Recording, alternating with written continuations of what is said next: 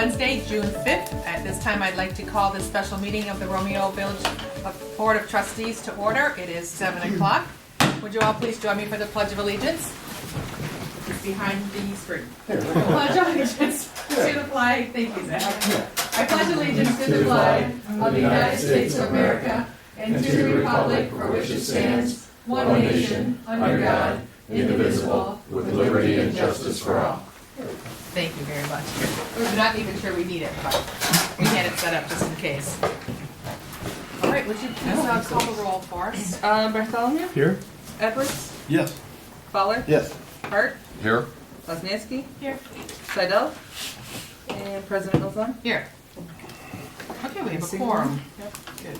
At this time on our agenda, we are looking for an approval of tonight's agenda. I'll make a motion to approve the agenda as presented. Support? Motion by Hart, support by Edwards. All in favor? Aye. Any opposed? All right, we have an agenda. Next up, we have a public forum, agenda items only. Both, unless there's anybody else that I'm not seeing that wants to speak, both audience members, or 3 audience members, will speak on their 2 agenda items. So we'll move right into new business. First up on the agenda, we have our health insurance proposal from Mr. Dennis Doley. If you wouldn't mind stepping up. Perfect.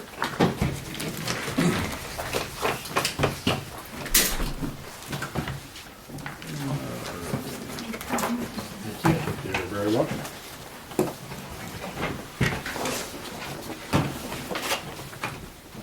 You gotta be higher than me, don't you?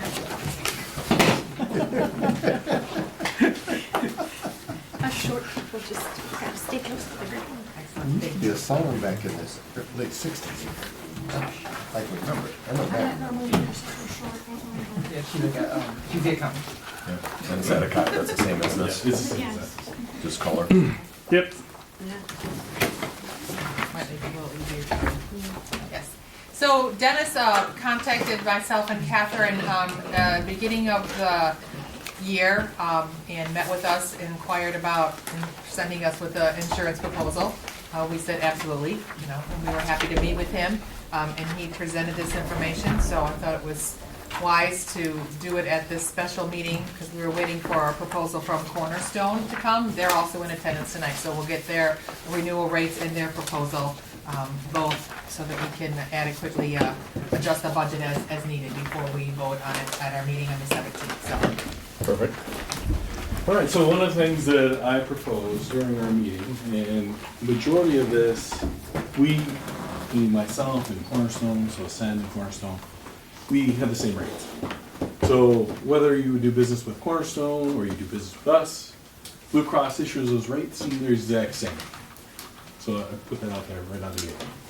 So one of the things that I do with our groups, one of our groups being Bruce Township right across town, is we use what is called an HRA, Healthcare Reimbursement Account. And one of the reasons why we use Healthcare Reimbursement Account is because when we as a community send money out to the employees, we don't know how much they use. If we give them $2,000 or $4,000, we don't know if they use $2,000, $4,000. So when we use HRA accounts, what happens is it's an employer-based account. I'm well aware that you have a contract stating there's the HSA, but as an option, one of the things I would look at is the HRA, because we finance that money over the course of the year at roughly about 3%. Okay? So you hold 3% deposit, and then all the rest of the HRA money is available for the employees to use. Rather than sending out HSA dollars at $2,000, $4,000 for a couple of family or single, and that money is 100% gone. So we don't know where that money, if they're using 100% of that money, if they're not using 100% of money, if they're being good consumers, bad consumers. I'm sure there's a lot of things that you'll hear about consumption. We don't know that. Okay? So one of the options that I looked at was, and that is the option that we have at Bruce Township, is the HRA, using the HRA concept in conjunction with our debit card. So the employee will then go out to, let's say, an office visit. The office visit is $10 under your current contract. That's a retail cost. Could be $100, could be $120. But under this concept, let's say $10 or $15. The employee, at the end of their visit, walks out, says, hey, listen, how much do I owe you? They say $15. I swipe my card, and that's what comes off the card. Pretty simple, pretty easy in the form of credit.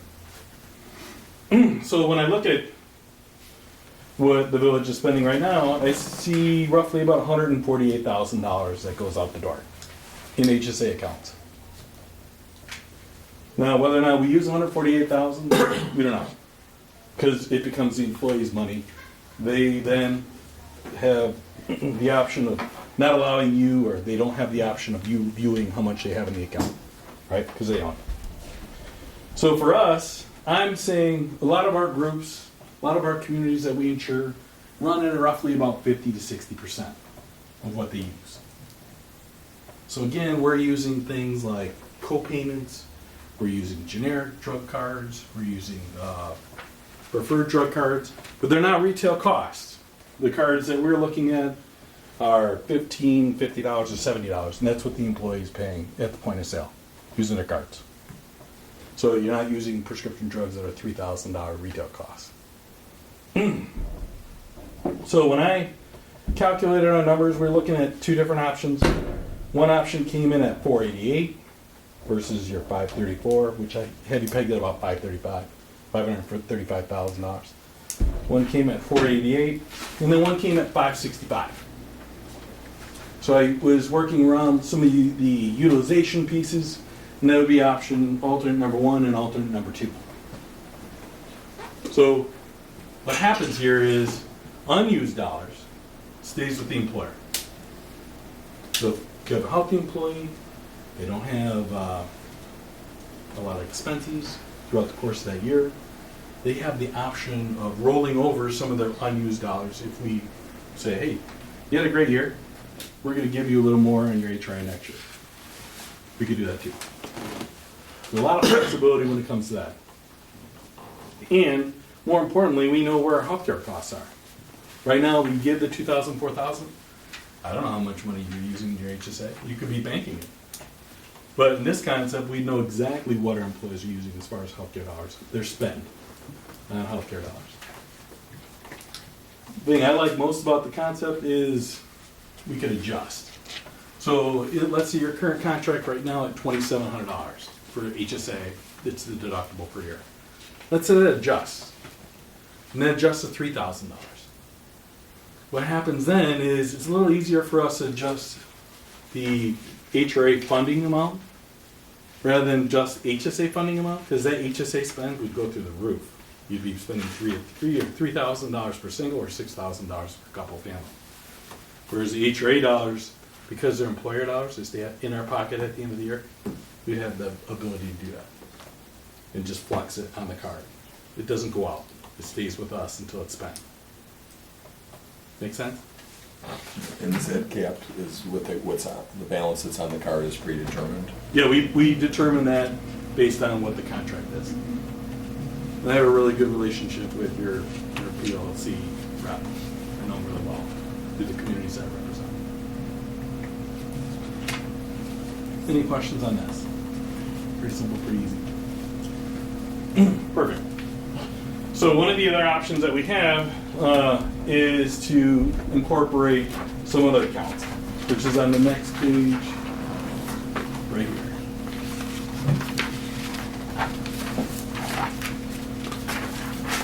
So because we have the ability to use an HRA, we have the ability to incorporate things like FSA money or DCA money. So dependent care would be an option. You'd be able to fund that. The employee would be able to fund those things in FSA dollars. So if they wanted to use FSA money like they use their HSA dollars and direct some of that, they could do that. And they would have a $500 cap and they could roll that over year to year. Just can't exceed $500. So they get a little tax break with regard to putting some money in the account. They want to buy new pair of glasses or something of that nature. They can do that through the FSA, not through the HRA. Or yeah. One of the pitfalls that I've seen with HSAs, and we have HSA clients, and I'm an HSA user. I use it mainly for the tax break, but I could redirect my dollars in my HSA account towards my dental and towards my vision, and then that doesn't apply to your medical deductible. And sometimes it gets a little confusing. for the employee. Well, they can even use it for other ancillary type of things under that. It's very broad on the HSA expense. Is it as broad with the credit card or no? Nope. So It's going to be a we, little more defined. it's a lot more defined because they can't use it for certain things. We block vision expenses, we block dental expenses. And then what happens is the employee has to get pre-approval in the event that that applies to major medical deductible. And then they call the office and then we can override the system. One of the nice features about the HRA is you're calling my office literally and I'm interfacing with the third-party administrator. So I'm talking with your employee. They sign a HIPAA certification form and then they don't come to the village and say, hey, we got a big problem. And then you're trying to get a hold of somebody. It's called directly into my office and say, hey, this is what's going on, and we take care of it that way. So that's that piece. As far as the retiree piece and the Benestar piece, I'm very familiar with that product because we presented that 4 years ago. We use Benestar a lot for our retiree healthcare piece. One of the things that I would do, or I would look at to see if there's any option or ability to save any money on that. And then compare it to some of the other Medicare vendors. And we do a lot of that. And then we'd also be able to meet with your unions and go through the agreements and get whatever needs to be done and form a letter of agreement in the event that you wanted to change the policy. So just traveling back to that agreement, so we have 2 more years left in most of our union contracts. But right now, we fund $700, $1,400 for the HSAs, but we are notified by Blue Cross and Blue Shield that it's over their limited amount, so they're reducing that to $500. There are some municipalities that choose just to look the other way and just still fund however they want to fund it, but Blue Cross and Blue Shield has technically notified us that we can only fund $500 instead of the $700. And so I would use that as the opener, the reason that we would need to take a look at our union contracts, because the health portion of it requires a change. So if we can save money on the village side by using an HRA versus an HSA, if that's the best plan for us, for our employees, we may be able to overfund that. We would fund more on the HRA side, if I'm explaining this correctly, than the $500 if we stuck with our traditional Blue Cross Blue Shield that we have now. In trade, then we would keep ownership of those HRA dollars, and instead of the HSA monies just going to the employees to roll over or fund whatever they want to. Because in theory, any employee can request a check. You can have a check cut for, it's supposedly a legitimate expense, but you can pay for whatever you want with that money. Sure. It's Yeah, there, I think it's it's more the government that is looking at it because of the way that money's taxed. Correct. And how they Yes. spend it. So Yes. it would be just like cheating, not Exactly. cheating, but, Right. you know, that's the authority. But rather than let it set for another 2 years at our increased rate, which Kim and John Vance will probably address in their presentation, because there is an increase this year in our premiums, I thought it may be an opportunity for us to take a look at where can we save money over the next 2 years and go ahead and present it, so. You had mentioned like numbers of 2,000, 4,000 that was being put in an HSA. What, we're only putting 700 into an HSA 700 for a single, yes. for a single and 1,400 Yes. for a family? Yes. Okay, so it's not the 2 and 4,000. I thought it was 2 and 4, so.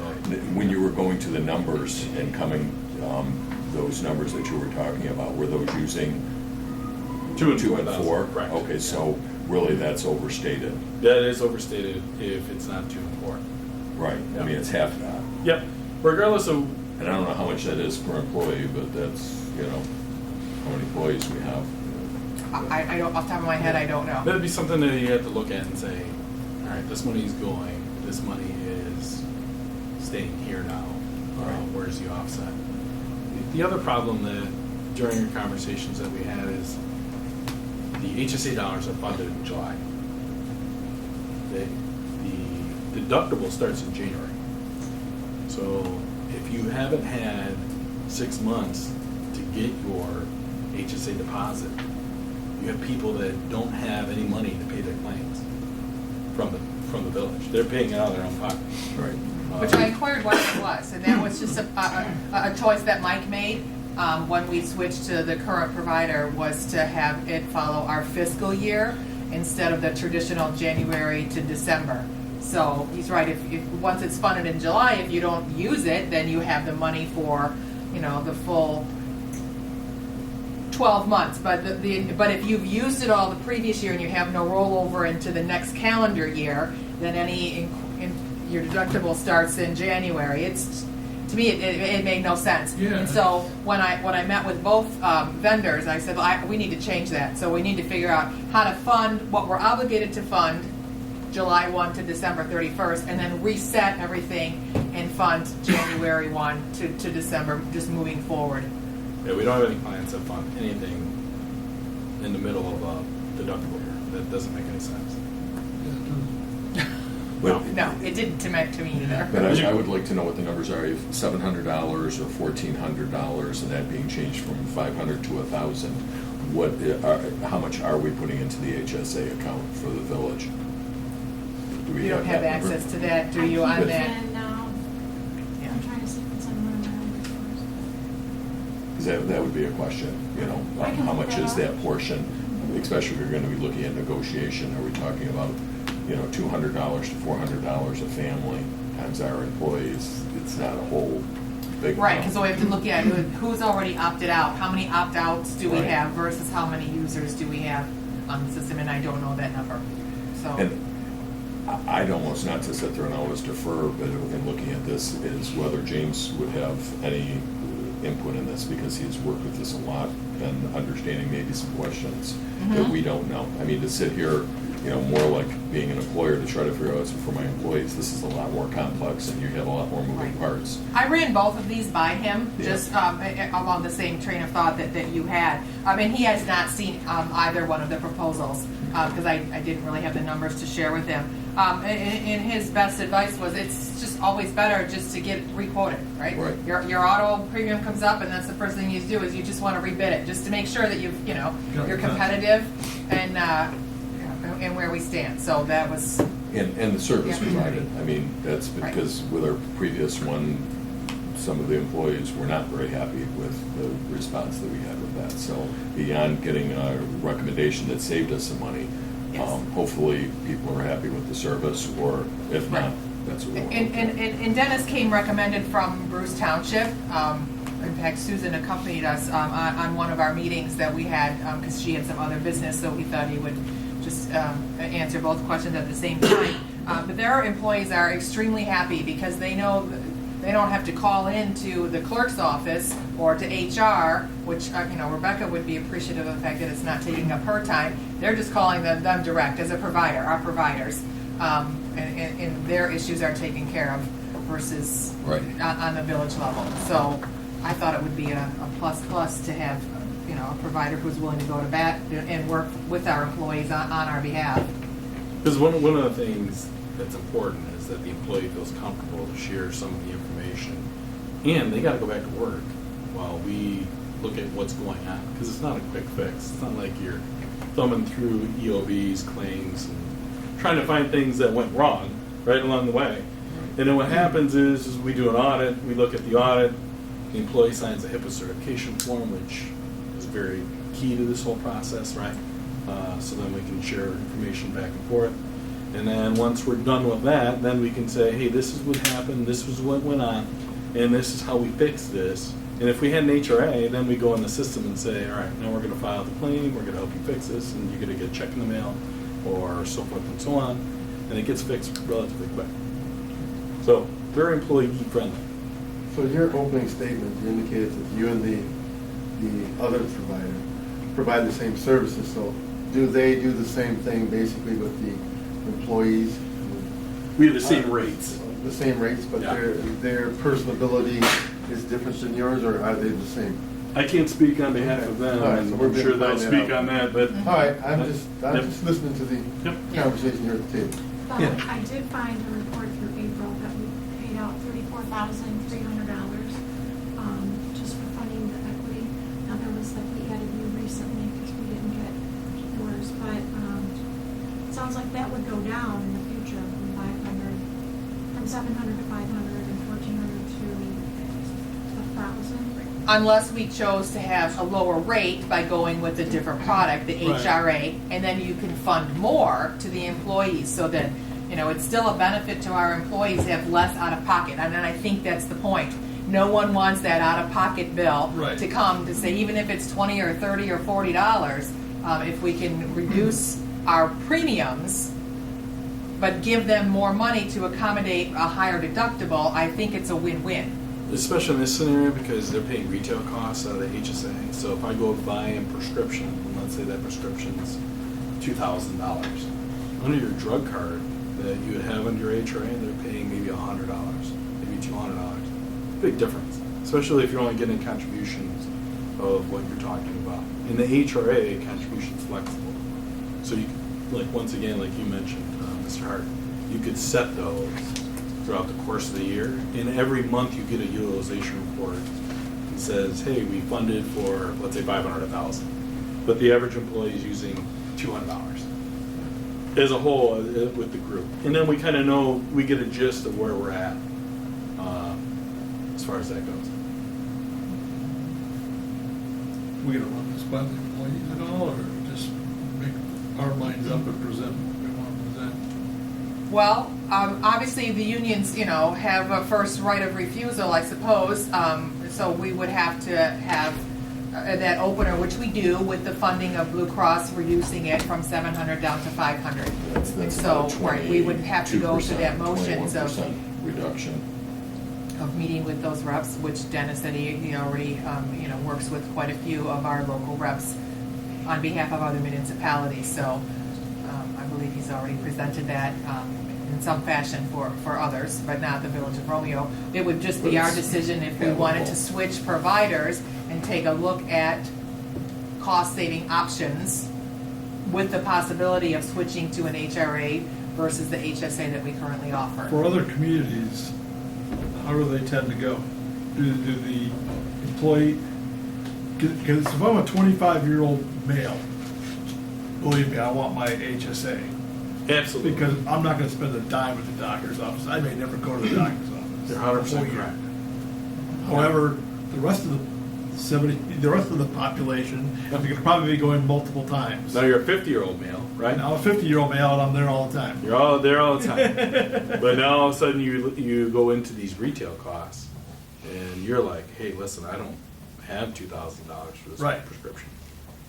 And if you're diabetic, $500 lasts you 2 months maybe, if you're lucky. Oh, we've not even that. I know, No, you you'd can't be get gone insurance for $500. So what we would do is we would look at, we would start and say, all right, this is what our total cost is. These are the types of policies that we can buy. These are the HRA levels that we could fund using the current dollar amounts, right? And here's the effects of what it has on the employees. And maybe come back with one or two different HRA options.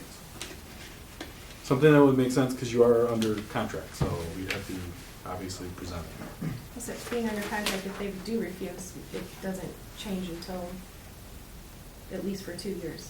Well, they would, in theory, have to accept the $500 versus $700 reduction in what their funding is. If they don't want to, then they would lose that $200 if that was their position. We would be opening up the contract if they were open to doing that, and changing the contract. Yep. I mean, You do $200 that. is not a lot, but it's still something, and. And we've Right. done that through a letter of agreement before. So. Right. And honestly, I think our employees have to take a look at the fact that right now, we don't have an 80-20. We've always opted out of that hard cap. I mean, there are very few employers, if any, unless you're a government employee, that don't pay a portion of your healthcare costs.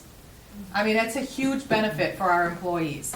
So reality, in the times changing with the cost of healthcare increasing, I think, we have to have some sort of buy-in or partnership with our employees that understand this is on the backs of 3,500 taxpayers, right? Question for you, you keep referring to the prescription. Blue Cross does not cover your prescriptions? They cover them with their retail costs up to the $2,700, $5,400. So the retail cost could be, let's say, So they max out. if you're the 50-year-old male and you're a heavy consumer of prescriptions, and they're brand, then yes. If you're a generic user, you might not, but you're still paying retail costs. Okay. And the other thing here is that with the HSA option, you don't have the flexible spending account. With the HRA, you would have a flex spend. So if I did use a little more than what was in my HRA, I could contribute on a tax-free basis with the FSA. And that comes off my taxes. But at least I have a little bit of ability to put some money away in the event that I have a heavy year. And that rolls over, if it's less than $500, rolls over from year to year. So then it gets stung by it. So if the prescription cost is over $500, then the consumer is paying the majority. Yeah, and like in your program, if I exceeded the amount of my HSA, I could put more dollars into my HSA and then go ahead and pay for my prescription. But I'd tell you a lot of our accounts, they don't do that. They don't take advantage of the tax situation. So we'd have to walk them through this and say, how much money did you spend last year on this? What type of consumer are you? Things of that nature. And we get an idea of how much you need in their account, their FSA versus in tandem with their HRA. And what's the cap on how much they could put in? To the FSA? Well, there's a couple different options that we are going to elect that. So as an employer group, we'd say this is the amount that you'd be able to put in up to the caps, or a little less. And then we could also opt into dependent care accounts, which I don't know if you're familiar with those. But it can't be Aunt Millie, can't be Grandma Susie or anything like that. But if it's a licensed professional, they'd be able to put DCA or dependent care dollars in, and that'd be pre-tax, so they get a little benefit from that too. So that's what we do. Yes. And we have some web-based products that are really neat, so if the employees wanted to interface with that, find where the prescription drugs are lower cost, we have all those options. But thank you very much, appreciate it. All right. Thank you. Thank you, Dennis. We also have with us tonight John Vance and Kim, and I'm sorry, Kim, I can't remember your last name. Coolis, okay, from Cornerstone. They are our current provider. We've been utilizing Cornerstone since James recommended them several years ago, and we had the initial bids.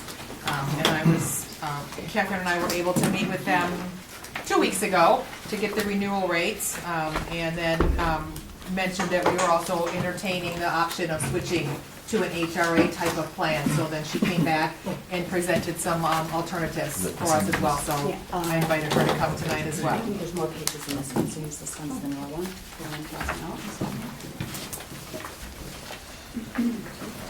Good evening. Does everyone have a packet? Yes. Okay.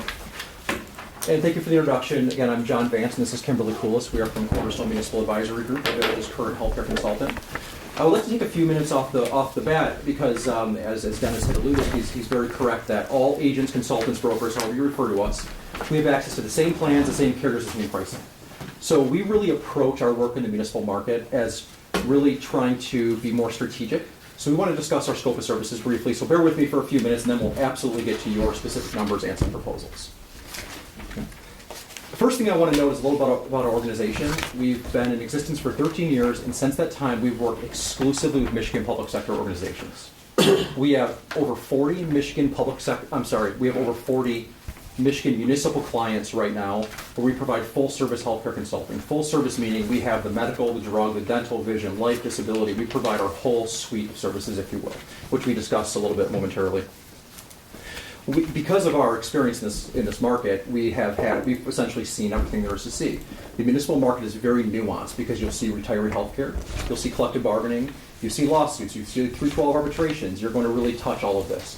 And in fact, we've actually have such a good reputation in the market that carriers, probably 10 different attorneys in the market, folks like James, and even the state of Michigan have contacted our firm for advice and assistance, specifically to municipal healthcare, because we have so much experience in this area over the last 13 years.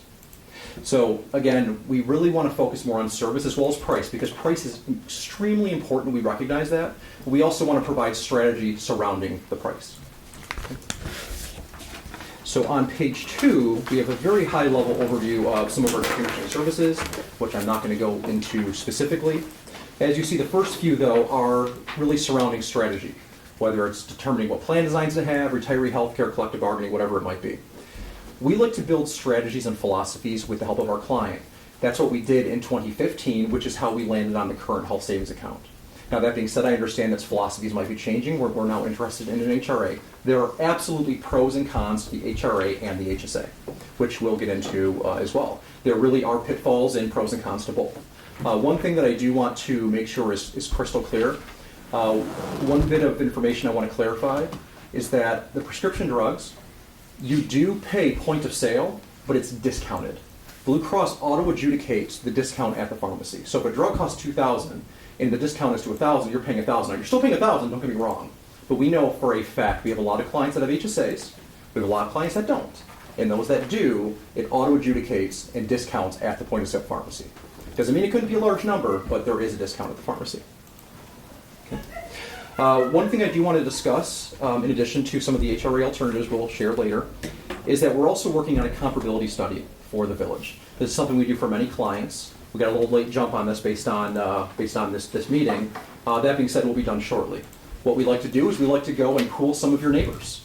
How do you compare, how do you benchmark and baseline? Because like it or not, you're competing with that talent with all of your neighbors. Some of your neighbors are our clients, some of them are not. And we're in the process of gathering that information to get an idea of where are you and how do you compare. And we're looking at things such as plan design. We're looking at things such as employee contributions. Who's opting out of PA 152? Who is even opting out, charging, yes. Oh, yes. Oh, yeah, us. Yeah, correct. Charging employee contributions.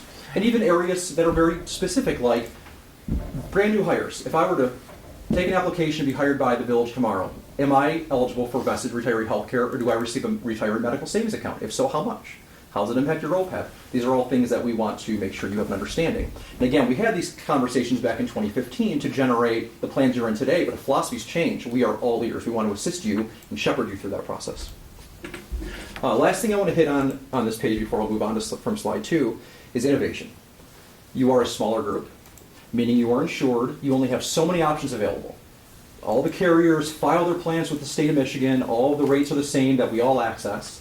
That being said, we still want to find innovative opportunities within this market. We don't like you feeling stuck, if you will.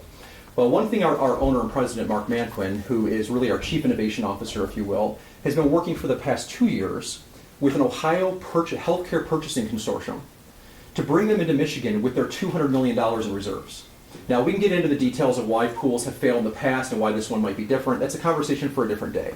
But it's once again where we spread our, we flex our muscles to bring in an Ohio consortium to be able to sell alternative plans and just try to give a little competition to Blue Cross. Whether it makes sense for you or not, I don't know. We'll be quoting that later in 2019. We'll be eligible to quote, but that did officially receive approval by the state earlier this year. Okay. Page 3 is just a very high-level visual of some of our clients in the area. Again, we have over 40 throughout the state. We have a very good distribution of large clients, small clients, some that are financially very distressed, some that are financially in great shape, which those ones, I won't tell you their names because you throw eggs at their house, right? But we have clients in your backyard, large, small clients. We have clients such as Shelby Township, that's relatively close, City of Sterling Heights. Chesterfield Township's a client we added last year. We definitely invite you to call some of our references. Call Chesterfield Township, call Bloomfield Township if you have questions. I mean, obviously you've experienced us as well, but we have some new faces here if you need a little more background information. Our service model on page 4 just kind of tells you how our customer service is set up. So you have myself and John are account directors that work strategically with the village, and then we have an account manager and account coordinator that's assigned that helps daily HR. So with Rebecca, we have a team that's assigned to help with not only employee but retiree issues. They can call direct to our office to help assist with questions or any benefit issues that they have. And then we also have a plan analyst in our office who is responsible for the financial information that goes into these reports that John and I direct after we have our strategic planning meetings with you. But you can see we have a full range of support system back in the office as well to offer high level of support not only to the executive team but then also at the employee and retiree level as well. So 2 more quick slides. We'll be talking about us, and then I promise we'll talk about you. Slide number 5, page number 5, is an area, it might seem odd that we're talking about this right now, but I want to make sure you understand, and you'll understand momentarily why I'm touching on this topic. We like to believe, we have the most retiree healthcare experience in the state. And the reason I feel like that's probably a statement that might be relatively accurate is when you have 40 municipal accounts, you're going to run into a whole host of groups that have varying retiree healthcare situations. We've been hired by clients when they were going into emergency financial management. So we have experience with groups in consent, in emergency management. We have a lot of experience with clients that, frankly, if they made any retiree healthcare change that was a takeaway, they would have been sued and probably lost. We've worked in all of those frameworks, and we've been able to save clients money, including you, which we'll get to momentarily. I bring this up because we have so much experience in this area, and it's more important than ever as of last Friday. This is not something we're going to get into detail tonight, but I just want to make sure you understand. Last Friday was a very large game changer, if you will, in the state of Michigan. The Michigan Supreme Court made a decision on a Macomb County court case regarding retiree health care. And we won't get into the details of that case today, but it really will have ripple effect throughout every municipal client in Michigan that has retiree health care. So aligning with an organization like ours that has tremendous retiree health care experience, we believe is important. We know price is important, but we believe having that strategic guidance and support and experience is really paramount. Page 6 is where we just discuss high level. It was stated previously that one of the things we did, which again, this isn't the finish line, but this was something that was done back in 2015 for a 2016 effective date, was we moved your Medicare medical and drug to a Medicare supplemental medical plan and a group Part D drug plan that actually improved benefits to your Medicare retirees and saved the village $47,000 over the prior year's cost or $50,000 over the renewal cost, which not only reduced your cash flow 48%, it almost proportionally reduced your unfunded liability for that bucket. So your OPEB liability went down substantially as a result of this change. Okay. One more item I want to note on this page, just because there's been in the market, there's been a lot of discussion surrounding this, and I want to clarify. About 3 bullets down, the Medicare Supplemental Medical Plan is, this doesn't have to mean anything to you and it doesn't matter, you can forget it as soon as I say it, is a Medicare Supplemental Plan F. That plan is going away on the individual market, but not the group market. So I just wanted to make sure that was clear. In case you see buzz, and I hope you don't read insurance literature, but if you happen to, and you see Plan F is going away, not for group, just for individual. So Kim is going to now go into details on your proposal, but before we do, I want to just kind of touch on a few things. The first of which was there was some discussion tonight around the HSA funding level, and it has to go kind of backwards, if you will, from 700, 1,400 back down to 500, 1,000. So this is going to get very, for me, exciting, for you, boring and nuanced, I'm sure, but it has to do with Obamacare and healthcare reform. You are a small group, which means your plans have to be in one of 4 actuarial metal tiers. See, I'm boring you already. What that means is that the carriers have to offer you plans that are within one of 4 plan buckets that their actuaries develop. When they're developing those, if you think about it, if you fund more or less HSA funding, it could impact that actuarial level. Blue Cross, right when ACA came out, the employer mandate 2015, they were taking a stronghold on this. And they would say, look, if you're going to fund, you have to fund exactly what we're telling you. And by the way, the same applies to HRA. Blue Cross, when this passed, they said whether you're reimbursing HRA of the maximum allowable or HSA funding, you cannot fund $1 more or less than this. Blue Cross has taken off of that stance. Blue Cross holds the exclusive liability if they're wrong, not you. So Blue Cross now says the minimums for HSA for your plan are 5 or 1,000. You could fund what you're funding. You could fund more. You could fund 2,000, 4,000. The HRA is the same way. We show some HRA options in here. Their HRA plans also have a set guaranteed minimum. You can fund more. Initially, after ACA came out, Blue Cross said, oh, absolutely not. You fund this and no more, no less. That has changed now. It's not necessarily a look the other way. It was at first. It's no longer the case. Blue Cross holds all the responsibility. If you were funding something that was not allowed, Blue has no recourse. The federal government has no recourse. The federal government could penalize Blue. You're fine. So whether you're looking at HSA or HRA, you still have ultimate flexibility to fund what you'd like, which I understand has been a little bit of a roller coaster. It's been fluid, but that has changed. What was the 700 to the 500 then? The minimum on this plan, as it is a 500 HSA single, 1,000 family minimum, and you're funding. It's minimum 500, 1,000. You're funding more. You don't have to revert back. Okay. Okay. So the minimum which is Yes, changed. and the HRA plans are the same. We're showing an HRA plan later that has a minimum of 2,500 for single and 5,000 HRA funding. You can fund more. Okay. Point of sale. Okay, I think I'm Okay. at my points. So now if you switch to page 7, we're actually going to start talking about the benefit plan analysis. So there we've done a couple of things, but the first thing I wanted to do is review the current plan. So as you know, you've got the high deductible health plan with HSA. So you've got a $2,700 deductible with your HSA for single, $5,400 for family. And the village does fund $700 for single and $1,400 for family on an annual basis. So that number rolls up to $37,800 on an annual basis. So it's a lot less than $143 that we heard a little bit earlier. It is $37,800. I have the $700, $1,400 on an annual basis. And the projected combined cost for premium and HSA funding for the renewal period, this is July 1st, is 3.2% over current rates, and it's about $13,800 of an annual increase.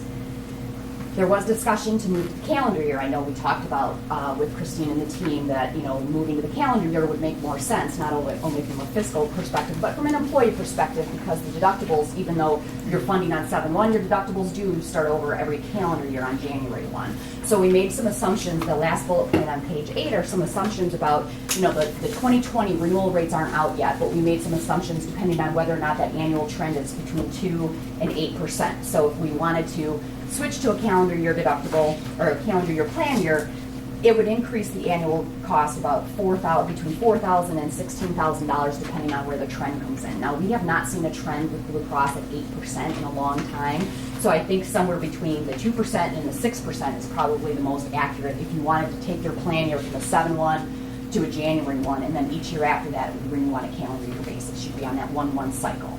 So whether you're staying in an HSA or you're staying, if you move to an HRA, you would be on that calendar year cycle, and the deductibles and the funding would all be refunded for July or for January 1st. Does that make sense? The presentation, page 9. Page 9 is really, I'm sorry, I had some notes over here. Page 9 is your current benefit summary. Again, so we're looking at the current benefit summary where your current plan, $2,700 deductible. So yes, it's a high upfront deductible. You fund $700, $1,400. So the employee is really recognizing on the back end a $2,000 single, $4,000 family potential difference in what you're funding towards their HSA and what their liability would be on the back end. But after that deductible is met, then there's 100% coinsurance, and there would be some prescription drug copays. So as we talked about, when you're under this plan, initially, yes, if you go to the pharmacy and you have a pharmacy claim after the plan starts over after January 1st, you are paying 100% of that discounted pharmacy rate until you meet your deductible, okay? So that is a true statement. And then your prescription drug would have, after deductible is met, they would have the applicable copays here listed in about the middle of the page. And this page illustrates your active and pre-Medicare retiree costs. Combined. So you have 29 contracts. Between your active employees, you have 20 active contracts and 9 pre-Medicares. So when we're making calculations on premium versus what your enrollment times premium, and then your enrollment times your HSA funding of $700, $1,400, that's how we're coming up with the annual cost currently of $390,000 and a renewal cost of $403,877. And you'll see there we've got a line that says total employer HSA contribution is $37,800 based on current enrollment. Okay? So that's our starting point of what the plan design is. So now if we go to page 10, we've got one of the scenarios that we wanted to present, because we also talked about this through when we were talking about gathering the comp study, is what happens if we kept our current plan, but maybe rather than changing the plan, we ask the employees to put some skin in the game. So currently, as Christine, you wave your hand, you opt out of PA 152, which means you opt out. You don't elect to charge employees 80/20. You don't elect to do the hard cap. You opt out and you charge 0. But what would happen if we did elect to choose the 80/20 option? So you would say, okay, employees, you can, your current plan, you're going to pay 20% of what our cost is.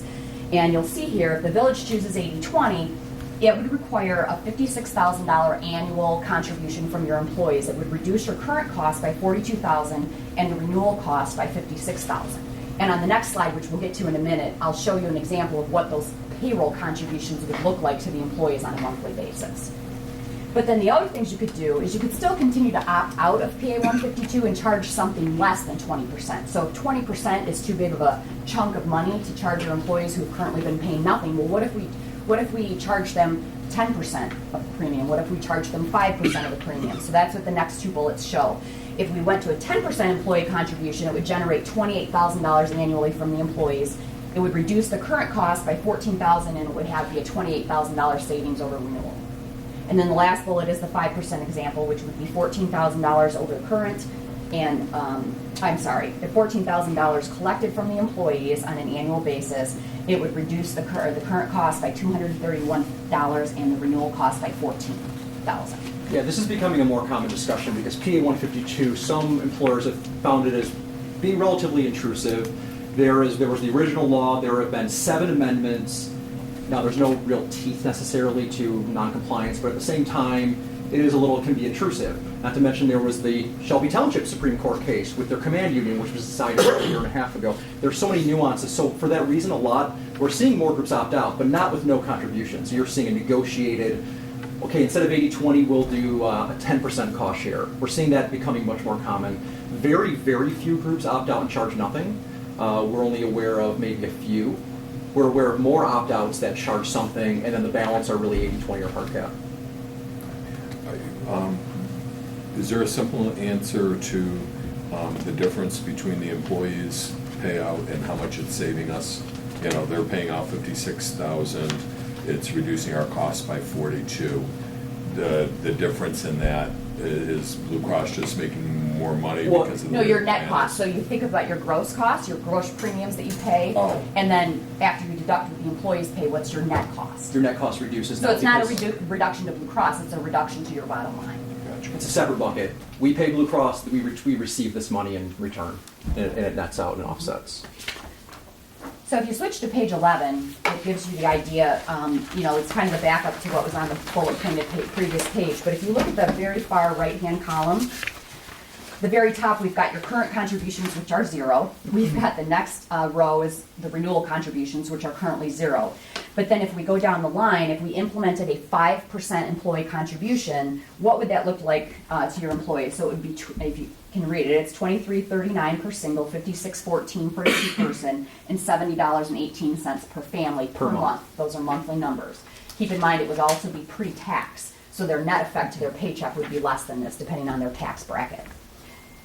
If you went to a 10% employee contribution, it would be the next row down. It would be $46.78 for single, $112.28 for two-person, and $140.35 for family on a monthly basis again.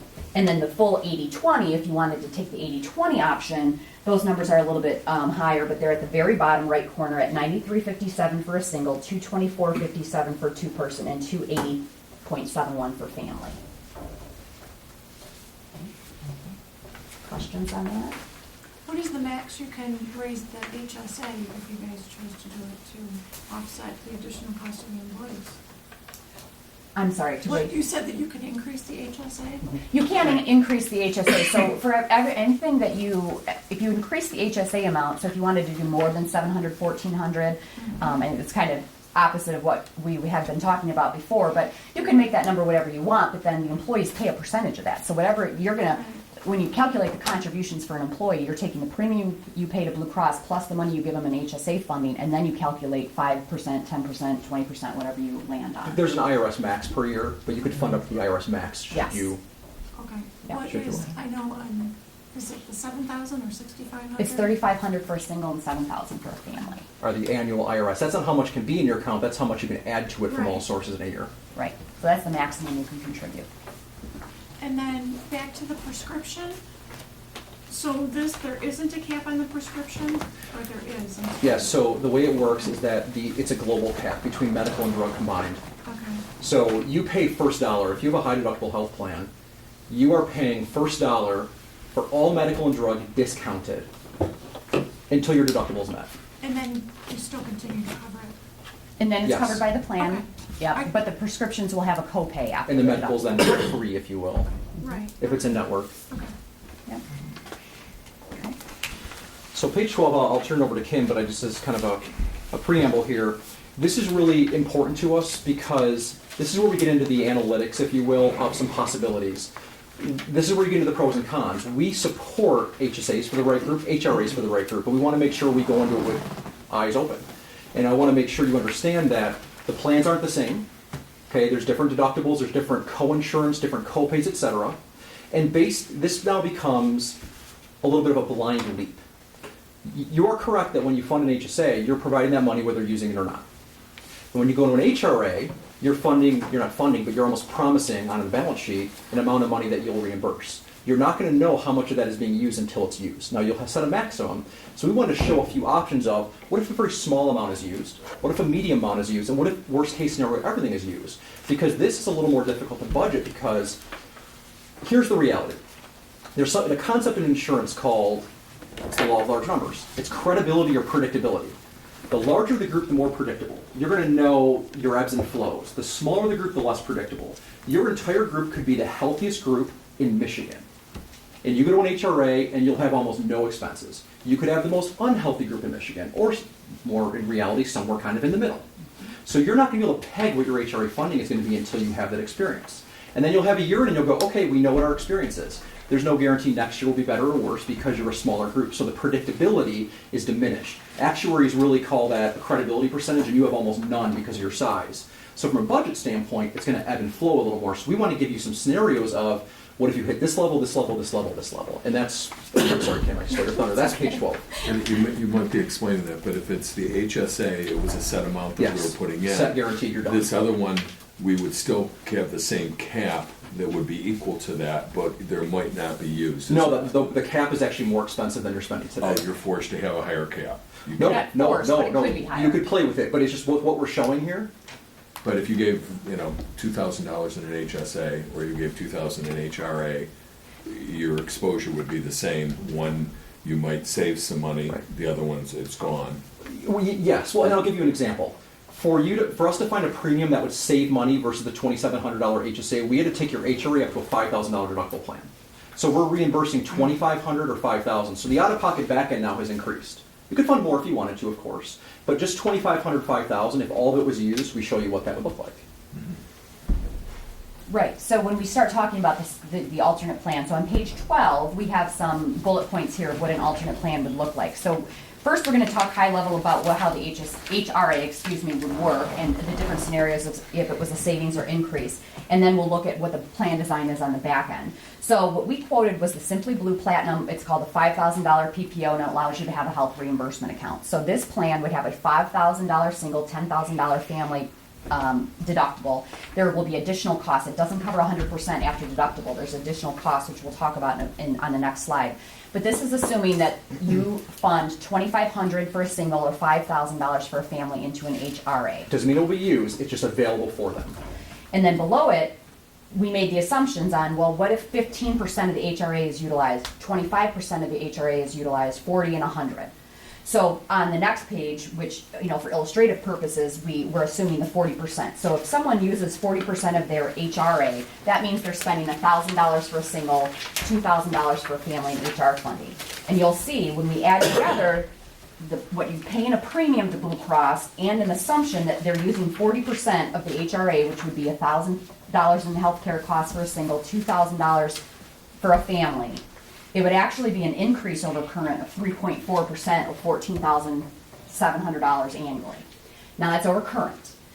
For all of these numbers, if we want to look at it over renewal, we would actually adjust these by a savings of $13,800. So a cost of $14,600 over current now becomes a cost over current of about $1,000. Yeah.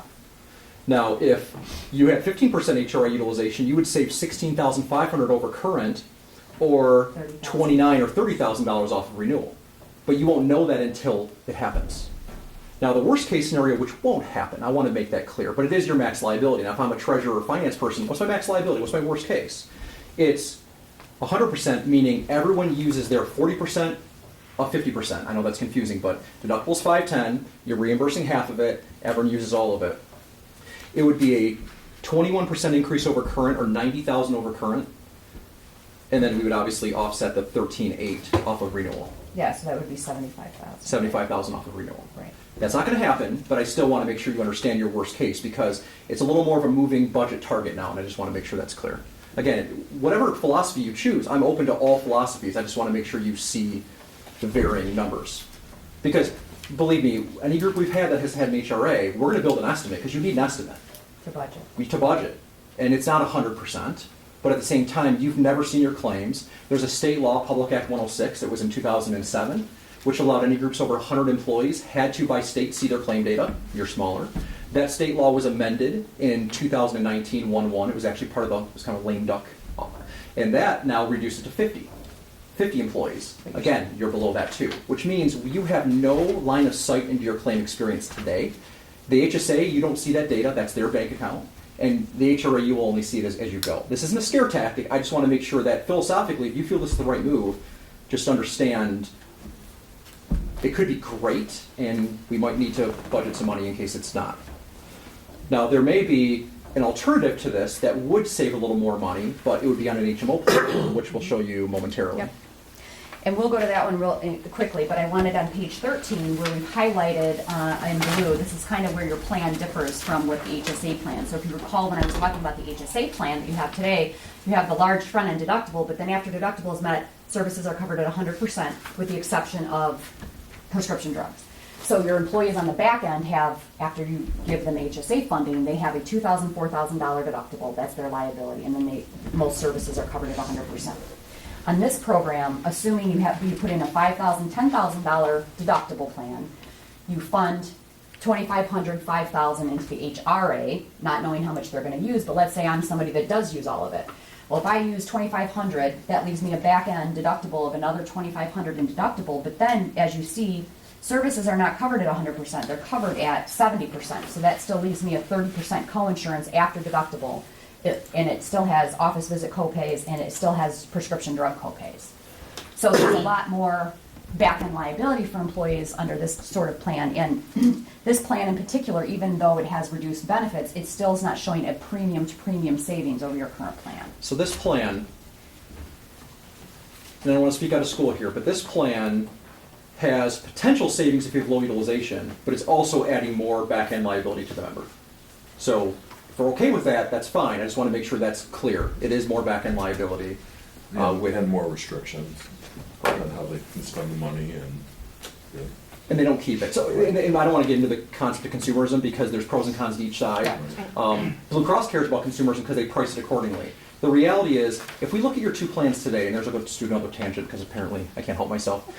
Right now you have a $2,700 deductible with with 100% coinsurance after deductible. That's an HSA.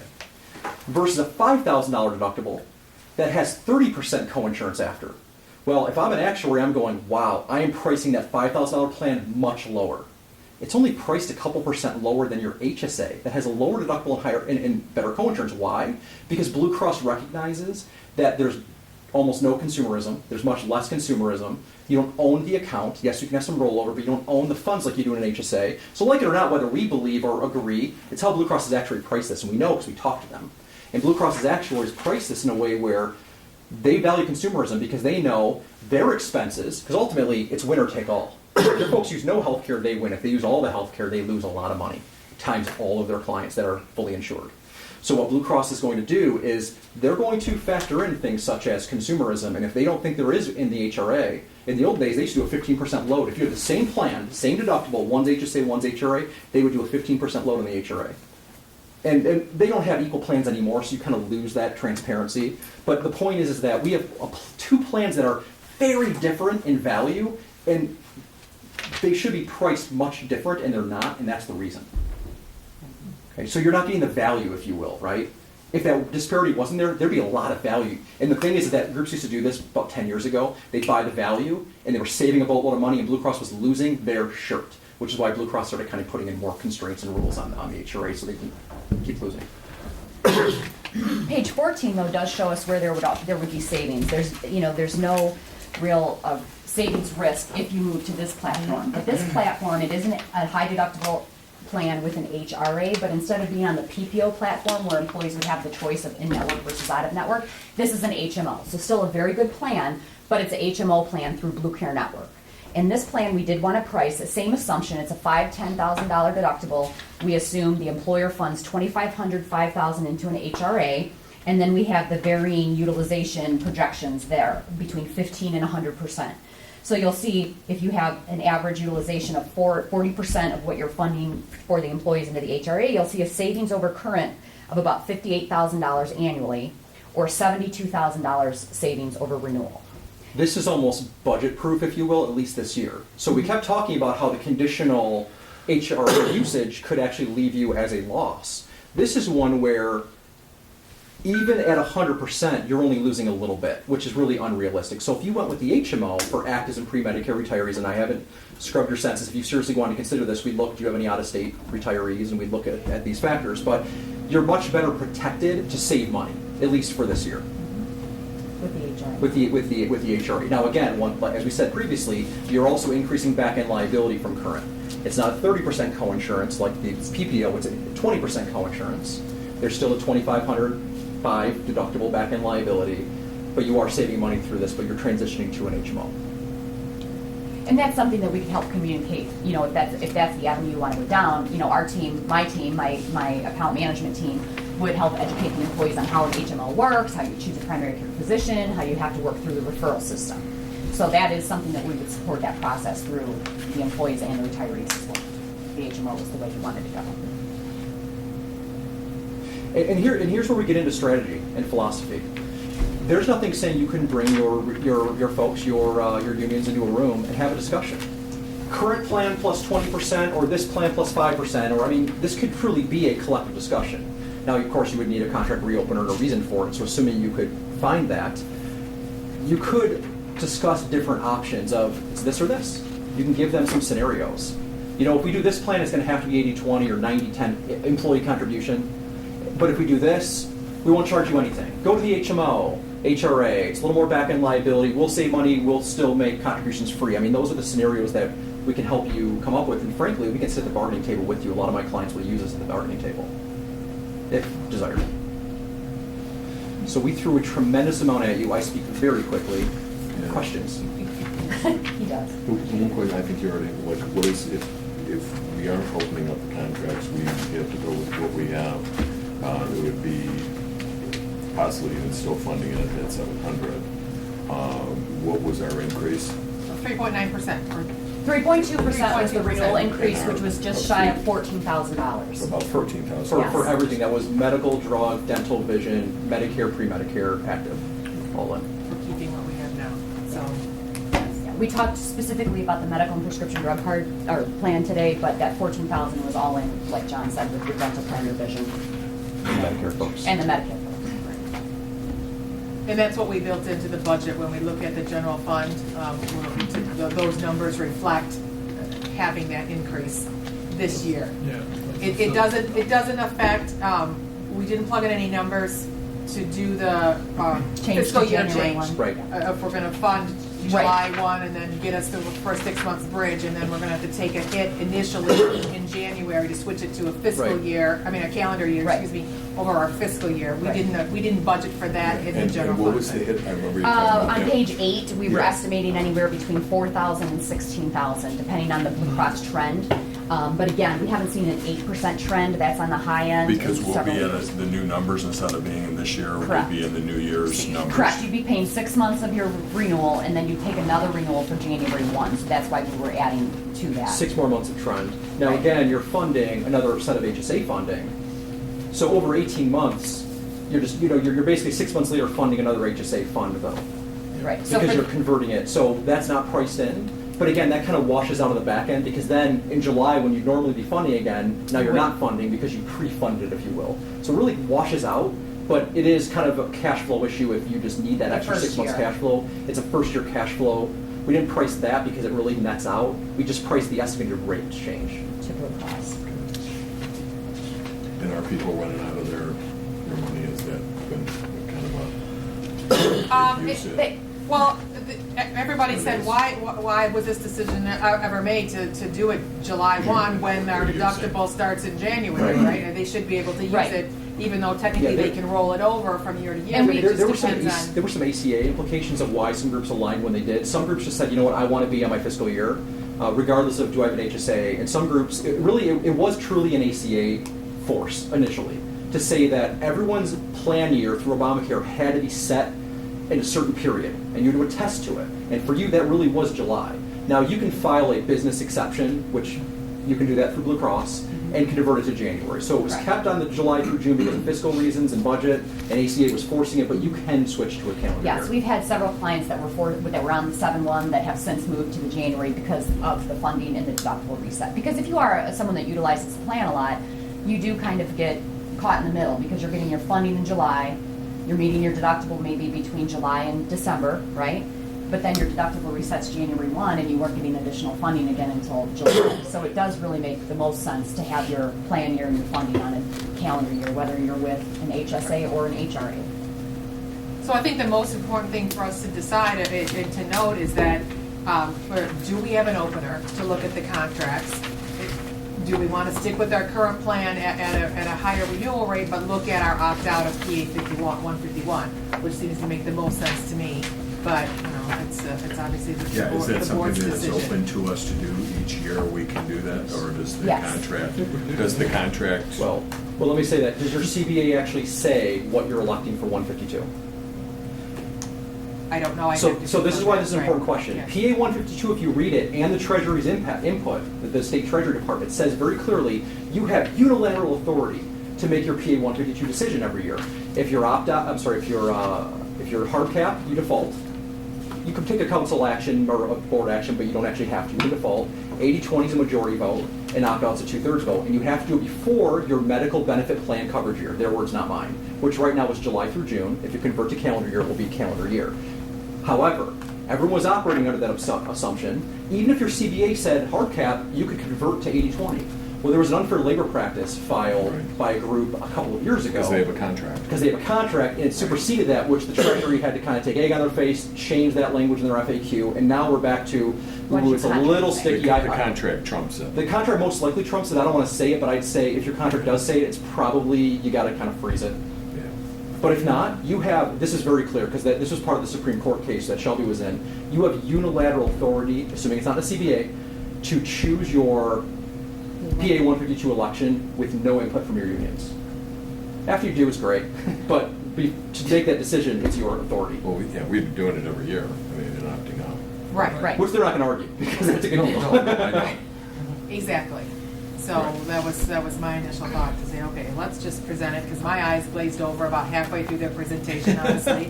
It's just a lot, I'm just an uninformed consumer when it comes to healthcare, right? But, I wanted you guys to be able to help make the decision on where do we want to go. And we have to pretty much decide that now for the budget, right? So we're kind of doing Before the it. 17th. Yeah, I mean, it's kind of a biggie. I mean, I think technically if we budgeted, for our fiscal year, but we've incorporated these, we can put it off for another year, kick the can down the road per se, but I think we're better off to take a look at it, switching it to our calendar year, taking the hit in January and deciding then if we're going to opt out, if we're going to switch to a different plan, if we want to consider the HRA. Well, you've already put into the budget, stick with the same plan with plus 17,000. 14. 14,000. That's So, what we built in, can't because we had to work- give you something. Can't we Right. continue to work the budget? We don't need to make this decision right Right. now. I don't, honestly, As long as we work with, I won't say worst case, but we work with the same, the new 3.8% increase, whatever it is. Right. Then, Well, the decision tonight would be if you wanted to switch providers, and we have Cornerstone for 2 years, and then we have a new provider in Ascend that's come before us, and he's giving a presentation of what his company would offer. So if you think it's beneficial to explore, although the rates are the same, we understand that. What Blue Cross is charging, it's the back end benefits and the initiative, I guess, of the representation of the company. Is there a way you can split the HSA contribution into half January 1st Yes. and then half July? Yes. Kind of cut the difference? You could do it monthly. Yeah, you can, as the We do have employer, some you can options. choose however you want. If you wanted to make a monthly contribution where you're taking your full 700, 1,400 and making it a monthly contribution. You could fund it, to your point, July 1 and January 1, if that's what you wanted to do. Yes. Have we had any complaints?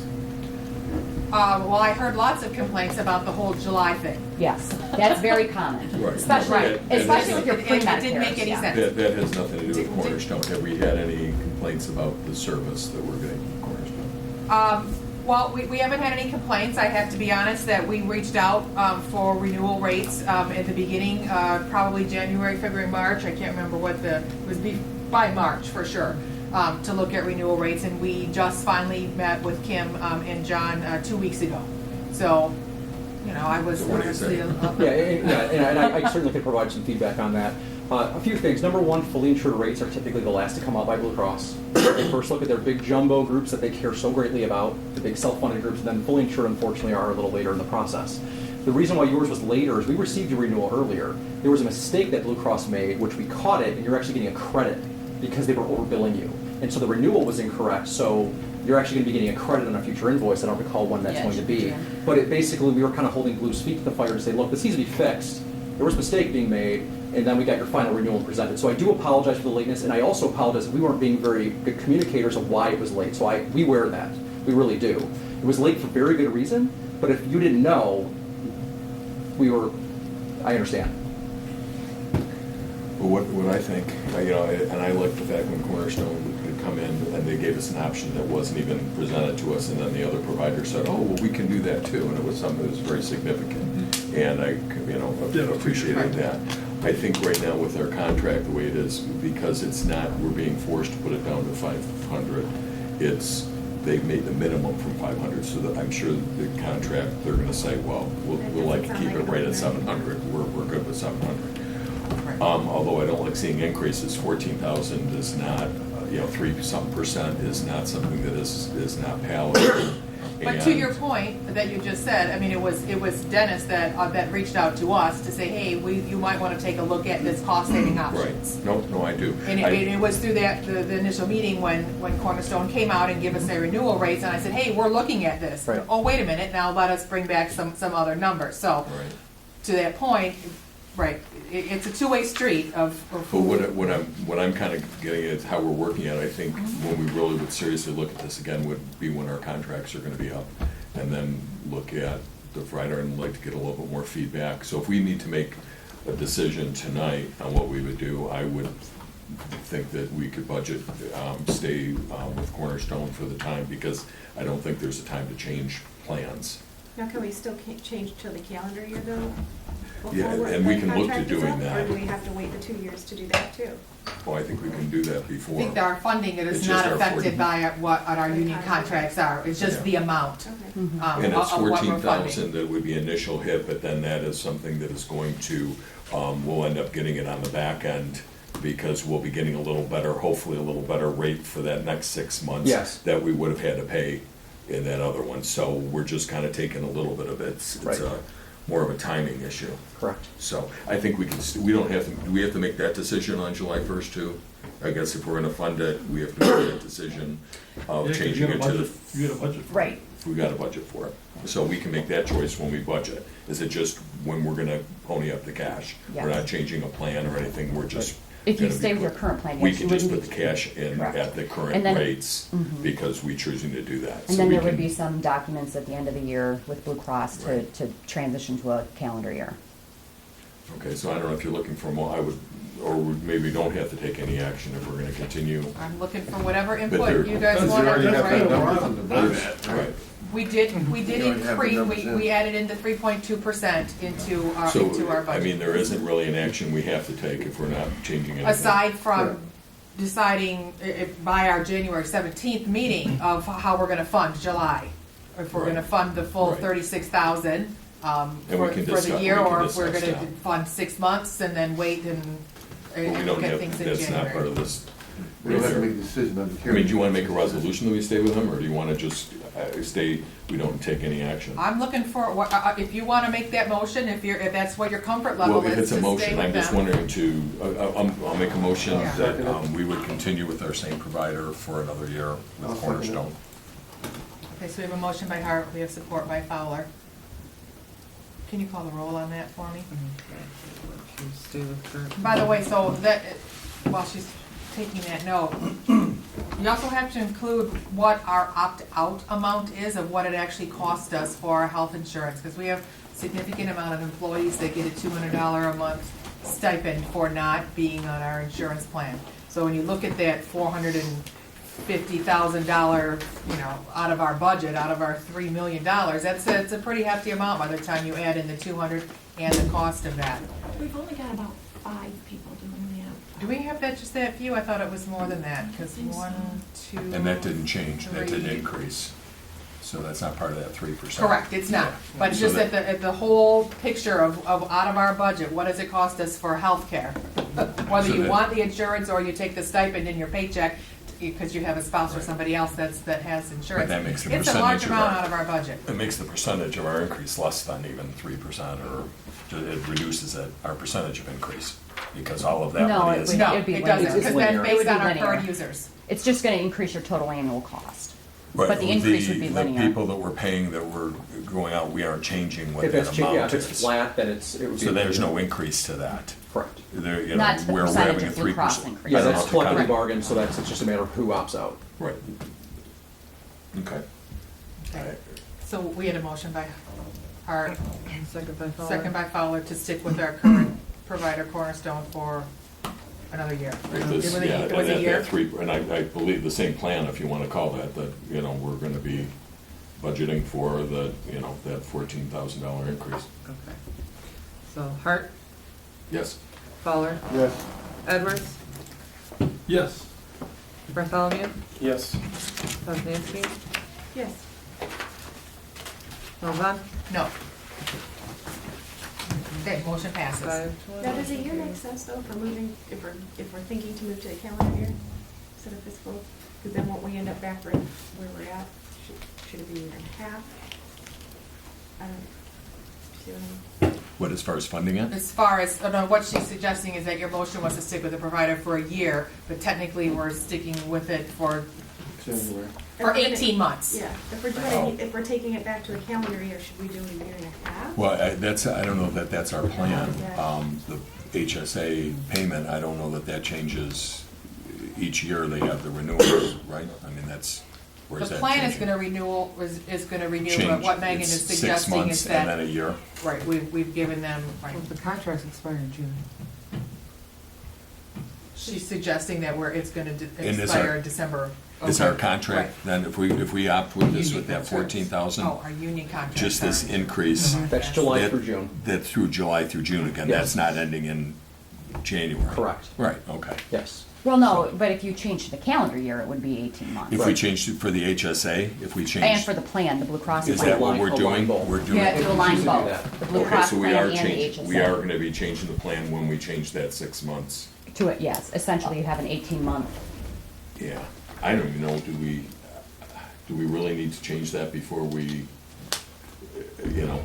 We don't go need to to do anything negotiations? if I you don't know, want I to, mean, but I just want everybody to look at the options and understand Because that part- there's, right. part of it being the The HSA. employees would like it changed. Yeah, but it- Because with the natural reset But- of things. But we have the union contract coming up, and it's an HSA, so it's an account that keeps on building a fund. So it's not like this other one where it's getting Right, it's, reset there's just, every time. the new people, the new users that are on the system are the ones sort of caught, and heavy users like she suggested, so if you don't get your money until, July 1 and you're meeting your deductible in November, then you don't really have that no-cost healthcare option, like most people would have January, they're using, Yeah, right. I personally, I would think that we can change that at the negotiations. I mean, at the time, we're gonna do that. That's just. well, I my have thought. James looking at that, he's gonna help me with the administrative contract that we're gonna take a look at. And I have asked him to do some initial review on our current contracts to see where we at, where do we compare with other municipalities that he may have some worked at, so we know where there might be a little wiggle room, So, I looking don't to know. the future. But, I just think because our contract is where it's at. And I don't think that because it's not that the max was the 500, it's the reduction, that's not gonna be an opener for you. I'll have to take a look at that, I do not know. Because it's the minimum. It's the You know, minimum. we can always go Right. more. So they're gonna go keep it the same. Right. Yeah, I would think they would. But the PA 51, 52 may be different, so we'll have to look at that to Yes. see about opting out versus opting in and taking We've never advantage of opted it. in, right? We've We have always- never opted in as long as I've been serving on this Right. board, so we've always had But I think, 0% again, you're gonna have a cost. union fight because they have a contract, so I don't, we're a year and a half away? Was that, was it 2 years? We have 2 years left until it expires. I don't know how far in advance we So a year and actually a half. start negotiations. I would think at least 6 months, if not a year, I think we would negotiate make all that sense. at that time. We're so, you know, All right. that would be my, again, I'm just voicing, you know. No, it'll be up to this board to decide when we want to start and who we want to have actually do the negotiations for us, so And I would like to- we'll be bringing all of that. Yeah. Be- And I'd like to before have the board. James or someone of that Right. type outside. I think Okay. Mark Clark, you're part of that too. Yeah, but James being, you know, part of Right. the, Part of that. consultant. I'm just Okay. saying Mark usually part of Yeah. it, that's all. Yep. All right. Thank you both. Thank We you. appreciate Thank your you. Thank input you. very much. We'll be in touch Yes. with what, yeah. Thank you, Dennis. Yep, with next steps. Yes, Yep. with next steps. Yep. Okay, perfect. And Rebecca as well. Yes, indeed. All right, thank you. And I appreciate everybody sitting through this tonight. I thought it was, again, I knew it would be a lot of information and a regular board meeting may not. Yes. All right, so the next portion should be fairly quick. We have our budget reviews. Obviously, we invited Renee, a bookkeeper. Has everybody met Renee in the office? Everybody has, okay. So she wanted to come share a little bit of input and wanted to be able to field any questions that you have, because sometimes there's some questions that Catherine and I don't necessarily have an answer, but we'll go right to the source tonight. So this is your one free shot at speaking directly with Renee. She's live, thank you. She's plugged into the office, so everything's Yes. live. Yes, Oh, I did get in now, so that's good. Okay, good. Just a fair warning, this is really my first true budget season. Last year I prepared the reports for you guys to look at, but we never had the Excel spreadsheet or anything like that, so I wasn't directly involved. So some of it is learning for me too. And what she means by that is that's the Excel spreadsheet that Petrino developed, that we didn't utilize before, so. Okay. That's what you guys. And part of the reason that the actual wasn't lining up is those reports were developed about 4 years ago. We didn't realize it at first, but we had added new accounts over the last few years, and it was throwing everything off. But they fixed that, so when you get your final report, right now it should all be lined up. But I'll give you updated reports in 2 weeks that'll have all the actual numbers. In the last couple of workshops, there were some questions about why does this Yeah. column not match this column? And it started out okay, but then you And get, that it was would be why. like off one, and then you'd go down and it was off a little bit Yes. more. All right. Okay, so did you want to go over the main points and then Well, I wanted to start with the DDA budget because that was first on our agenda list, and I know that Renee did not help develop. This was Carol Humphreys, the treasurer of the DDA. I was not at the DDA meeting that they held on Monday. I reviewed the budget. We had a budget workshop meeting, which I was at. And I know they voted to approve it and then to submit it to us for inclusion within ours. So I don't know if anybody had time to review and ask any questions about their budget. I'm gonna take a few minutes just to sort of look it over.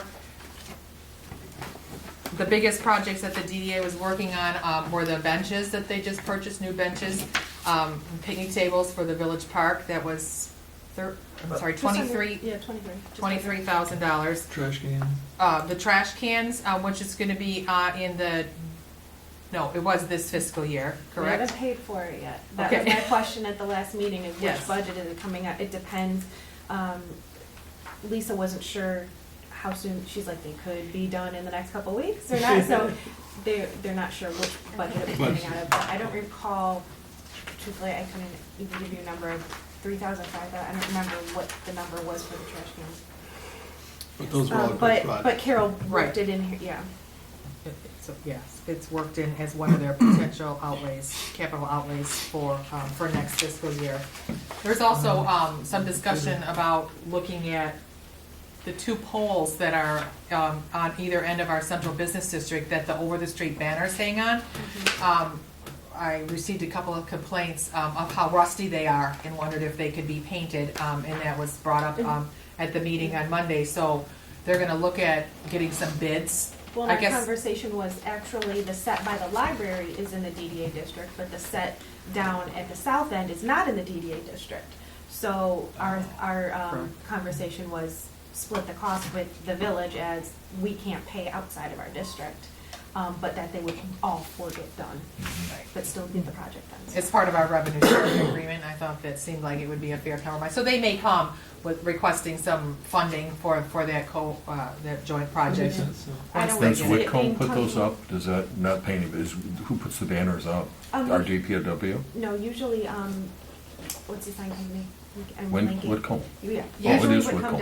does. We've had in the past, the fire department do it for free sometimes, but usually if it's our banner, Whitcomb, we pay them. Because it'd be nice if they even had something that was, because they get all like scrunched up, the wind, like having some kind of a. Right. I'm not sure how much Shop board. longer, if they're able to do it at all, because Whitcomb got rid of their cherry picker truck. So they were supposed to, before they helped hang the banners that were on the side of Bill Parker's building, on Parker Alley there, but they weren't able to help remove the Christmas ones because they don't have their equipment anymore. So they may not be able to hang those over the street banners.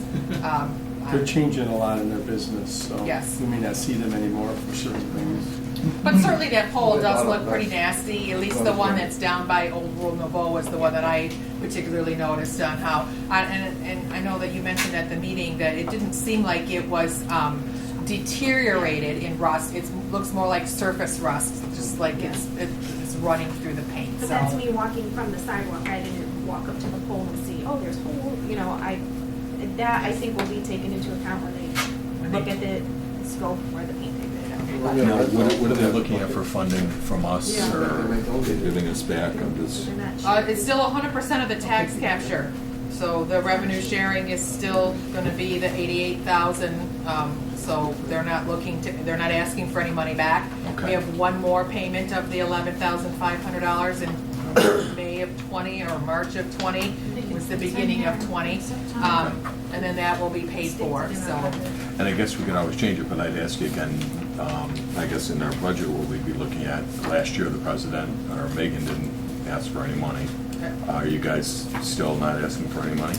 We talked about it at our budget workshop, and the majority was that they would like to request funding on a project basis. So if there was a project that needed to be done, they would present that to this board and ask for some monetary support in doing a co-project versus. Us giving them something without you Yeah, having correct. something We to would do. rather come prepared with everything and an idea and, you know. Right. I mean, that makes more sense than just an open-ended. Here's the money. Yeah, good luck. Right. I mean, But they I'd like to see certainly have them get enough back into funds. that point to start. They have enough funds and they've operated with that funding, for obviously the last 10 years of, you know, to do the flowers, to do the Christmas decorations, to now take care of harvest days with some buy-in from people who come and participate in the event, donations and some I'd still like to support. see dumpster consolidation in the quadrants and And that's where closing our an asks alley. will come in, because at this point, like you said, we can run on this budget just doing what we do. We've just recently been able to get a little bit of money to do the new flower pots and now the new benches. But after that, like, we can't do that. But I'd scope like of- to see the DDA become more of what, more active in doing those things. But And that is something makes we have sense. talked about, especially in the northeast Yeah. quadrant. And there was the alley, Parker Alley was something that would be maybe closed. I know Mr. Parker doesn't want that, but that was something. There were several DDA projects that we had talked about quite a few years ago, but it'll be up to the board and the leadership and the members to bring those projects forward of what, you Right. know. I agree. With input from, our constituents, so, what do they want to see happen? And People talk about stereo systems, maybe some Christmas lighting and stuff like that. Wayfinding signs. We've talked about stuff like that for a while. Just haven't been able to even budget when doing their budget. Okay. We're getting there. Yes. All right, good. So, anybody have any questions on the DDA budget? Good. Okay, then moving on, Renee, then can, you want to take care of your few little bit of notes that you wanted to address, or do you want to do that when you get to the general Yeah, fund? when we get Okay, so we're just taking a peek then at the retirement fund.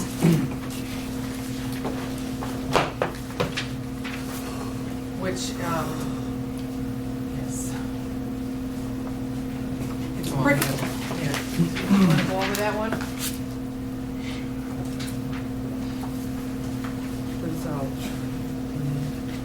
Pardon me? Oh, I'm sorry.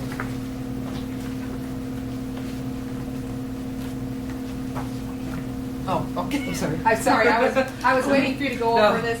I'm more Well, you prepared weren't gonna for the read them next through, two. you weren't gonna Correct, read them that's through why. anymore line for line per Randy's request, so. I'll jump in here. There has been a set amount that was transferred to the retirement account from the various funds. We have new retirees, we have some that are deceased now that we do need to reanalyze how much we're transferring from the different funds. But that's something that will take a little bit of time after budget season. Okay, so the numbers are the same just because we haven't applied? Exactly. Okay, Exactly. all right. So we're really just looking at the current, I was gonna say, Right. to the Yeah. penny. Yeah, it's like, wow. Yeah, we've had Across. some additions, we've had some subtractions, so hopefully it's close. All right. Any questions on that fund then? All right.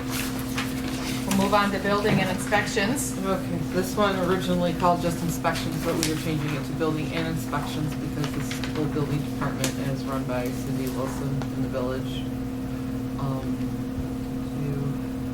Some of the permits are pretty, we went with by what was currently trending, so that's gonna be an increase in the budget for all the permits. The biggest one was the $70,000 that you see here in 18 and 19. There was a large permit that happened with the Ford. Ford or the industrial Oh, yeah, park. right. Yes, and then, so we captured all that money when the permits were issued, but then it took a while for that project to be completed and be signed off and then to pay out to our inspector. So we have to take the hit this year on our fiscal end because the money was captured in a previous fiscal year of the 70,000. That's why we're off balance, because I believe that was in the 16 and 17 budget, that's where the carryover came from. Is that like a pirate or pirate? On Parrot Court, yeah. And I did talk to the CPA briefly today, just to reassure that the appropriations that is highlighted, the $70,000 line on the 18-19 budget, we had extra money from the prior year, so we can use that this year. Basically, the building and inspection fund, when you look at it over a 10-year period, it's not supposed to make money. So it's okay that we're kind of, we're using some of our profits from previously to offset our expenses now. So when we look at amending the budget next month, we'll make the budget amendments to our current fiscal year so that we're all in line for that line item balance sheet. We're gonna have to use some appropriations from what's left over in that checking account per se to balance this fund. But that's where the carryover is coming from, we're not transferring it into buildings from our general fund. Before you've seen transfers from cemetery or cable or motor pool to fund those purchases. We're gonna use the fund balance that's left in that account Purposely to deleted. take care of this fiscal year hit, yes. Okay. Well, basically, I've always been in the private world, but it's basically you retain earnings that you get out of the pension, but you're really using as the fund balance. That's how I equate it. The only other big thing is noticing that we pay the inspectors out of our payroll, and I did ask James about that, and he said that, they can be paid out of accounts payable, which would save us employer taxes. Yeah, right, because they're 1099, right? Right, so, well, they're not 1099. They're not, right now, they're on just their payroll. employees. They're W-2. But they shouldn't be. Yeah. They get a fee, and we give them the Yeah. fee, and at the end of the year, we give them a 1099 for what we As paid far them. back as I can see, it's been W-2. Right. And Oh, so, yeah. That's something you switch over to? I believe so. And their fee schedule is 75% of the permit. Right. And that's Why why don't you this just pay that permit in their Yeah, which is 1099 contract, yeah. and a site plan review is 40 cents a square foot when you go 1099 into the might be industrial quick. That's not district. employee, Heck, yeah. no. Now, that might be something that, if you're changing to 1099, you're gonna get into. we should, I don't know what we have to do that, but Well, we should be doing Yeah, that. make them responsible. One of the for their things own that I taxes. mentioned in our planning and work session was that we wanted to look at all of our inspection fees. So we looked at a few, the right-of-way permit fees and the sewer tap fees that we just approved. But I wanted to take a look and make sure we're in line with all of our building fees, whether it's, a site But plan they're- review or electrical, whatever, to see where we're at, if they're reasonable or if they need to be updated, because I don't think that they've been adjusted in maybe 10 years. We have a contract with them, don't we? And Our then take a inspection- look at how our inspectors are paid. Yeah. But we have a they're- contract with our subs? They're contract employees. I mean, you give him a job and he does it when Yeah, he so we wants, can 1099 and we pay him the Yes. fee that he Yes. gets for it. They may not be happy about it, just like any No. other employee, Well, but yeah, hey. for us to pay They aren't payroll getting taxes Are we on on, the- And social security, no. And we're not. workers' comp, which I don't know if they're still insured then, how that works, but They have to provide their own insurance to us. yes, Yeah. as a 1099, Yes. yeah. I- They're I independent pick 'em up. contractors. Heck, yeah. Yeah, absolutely. They owe I'm $600 very bucks they have to surprised that declare. that's even set up that way. I was too. And it wasn't until this large check got issued that I realized. Because then you're doing taxes, social And I thought, security. oh my and- gosh, what happened? So- Well, they have to have personal insurance anyway, in Yeah, order to do this stuff, so. Well, they have to be licensed. Yes, and- exactly. No, yeah, but paying the employer social security Yeah, I mean, and I- our taxes, I'm yeah. in total agreement. All I mean, right. I gotta do it all the time, like, so, thank Yeah. you. Yep. So for sure, You we'll, too probably we'll got move that 1099 up on the income too. priority list and Okay. take a look at that. Yeah, Well, it might be a good time to see if we can start that July like 1st. tomorrow. Well, actually, yeah. 'cause it- It's still a good time, eh? Payroll is handled on an annual fiscal basis, so we could, calendar basis, so we could change it Well, we- immediately. Heck, yeah. Get them off We'll the just books. need to warn them. Right, Yeah.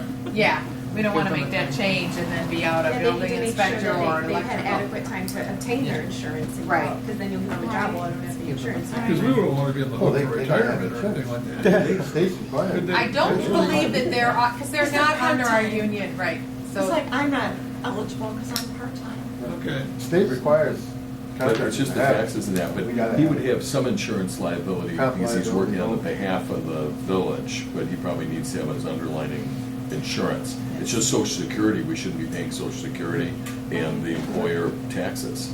They got their own 38 number, or tax Right. ID number. Yeah, I mean, because they're a contract employer. Yes. You say, you give him a job, I need you to inspect this. He does it when he wants to, and, if we have to change, if it was a deal breaker, then we charge more for the. Right, we change the fee. rate. Cover them with Right. insurance, yeah. That's what I was And you gotta thinking, if declare we it on kind your of insurance. do it in sync, okay, you're only gonna get so much money, but we've raised the rates slightly. Right. Oh, yeah, get them To all. accommodate that, so, all right, Very we'll cool. check into that and make it effective as quickly as we possibly can. All right, any other questions on the building fund? Otherwise, then let's move on to the biggie, our general fund.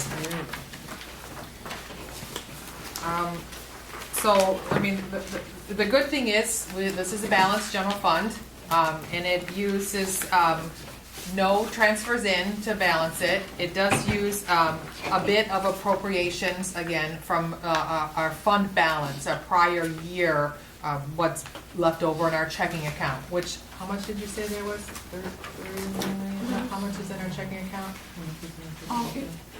It varies, but we have roughly, in all of the accounts, about 5 million. So, Not too shabby. right? I'll take with that Good 0 number. or 2. Yeah. Yes. Oh, and we've got Sherry back there. What just came in yesterday, or was it today? The community stabilization was yesterday for 355,000, just under.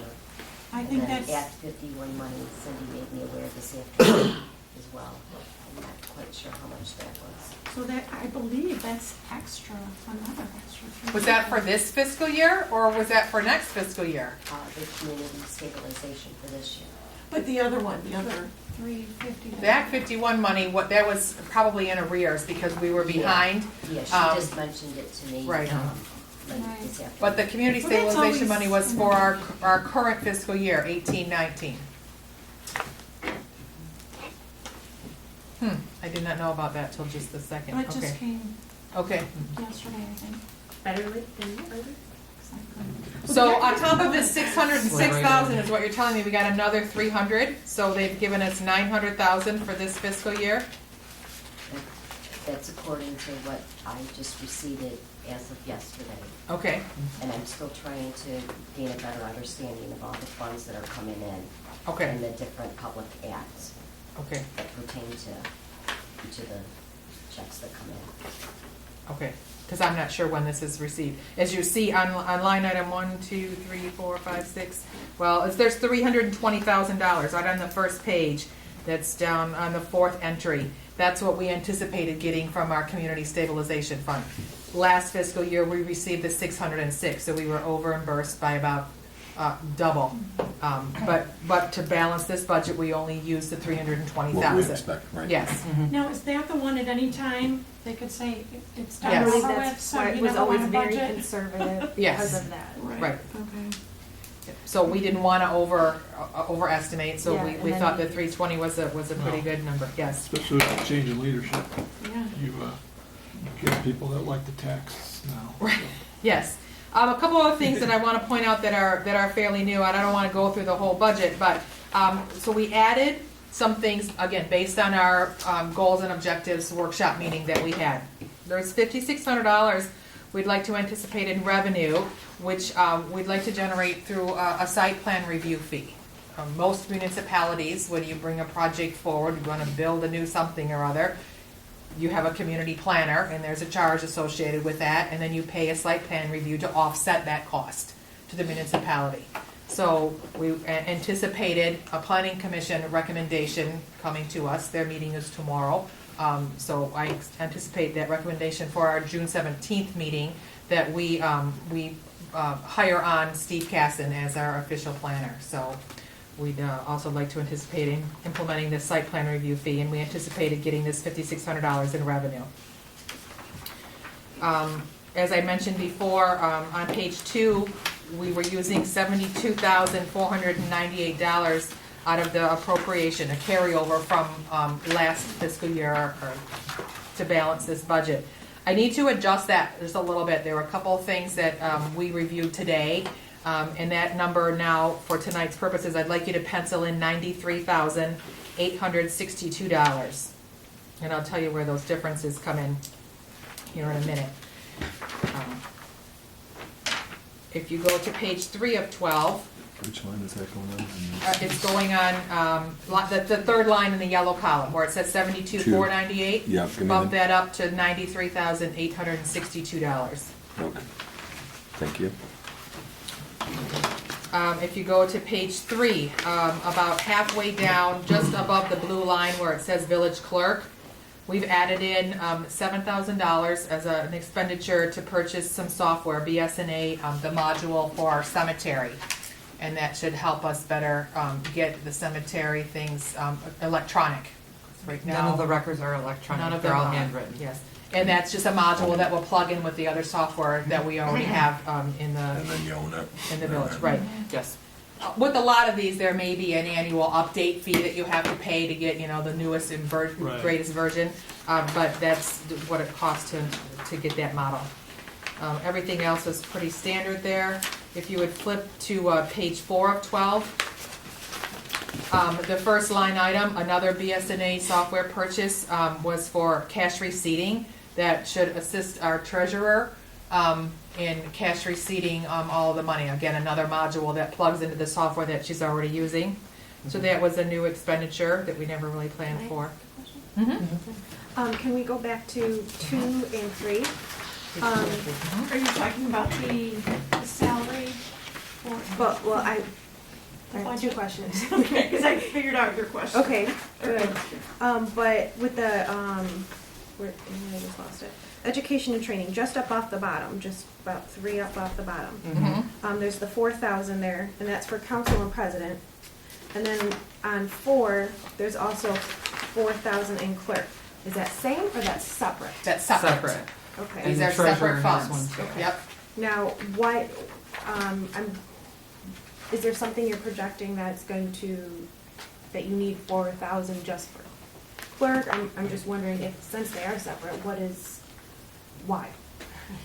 Well, the one conference I already went to go to attend that one again to continue my certification. There's 2 conferences in June that I have opted to not go to this year. June? Correct. Okay. But I have opted not to attend those two conferences. They're actually 2 in 1 week at the same location.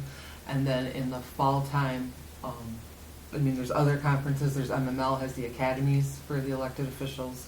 And then there's the big MML conference in the fall time. So I'm just anticipating the bigger, larger conferences in between, like workshops and other one-day items in between. Okay, I understand that. I question though, because if I decide to go to the elected officials college, now I have to split that with everybody, where you're going to get set amount just for yourself. There is a new line of $4,000 for the council and the president on page 2 near the bottom. Yes, that's what I'm talking Right. about, that they're being separate. Right. I wanna go to the college, now I have to split that with everybody. You get the money, you're insured that you're covered and you get to go. Well, and the treasurer too, she's got the same amount of conferences that are specific to treasurer. I have ones that are specific to clerk.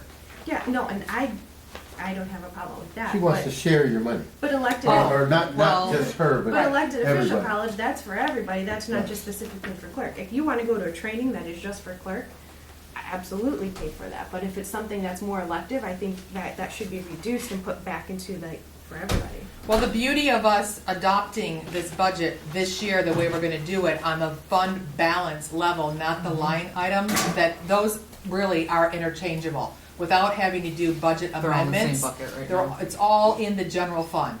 So we can pull money out of any one of these line items and plug it in there as a housekeeping matter. Okay. So if you go over 4 and I go Right. under 4, it's still gonna be.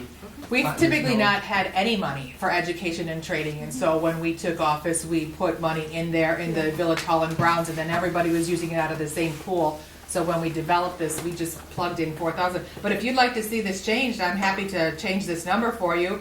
Well, I Change it just to assumed six. she came up with that number, figuring out where she knew where you were wanting to go, and that's where that number came up. Mhm.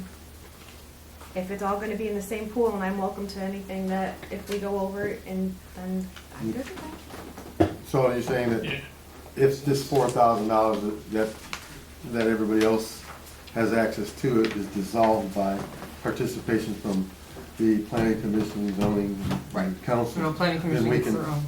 then we can access sums of this money, is that what I'm Yeah, I mean, understanding? it still follows under our purchasing, falls under our purchasing policy rules. So no one can go to a conference that's gonna cost $2,000 without board approval, because we have a $1,500 cap on that.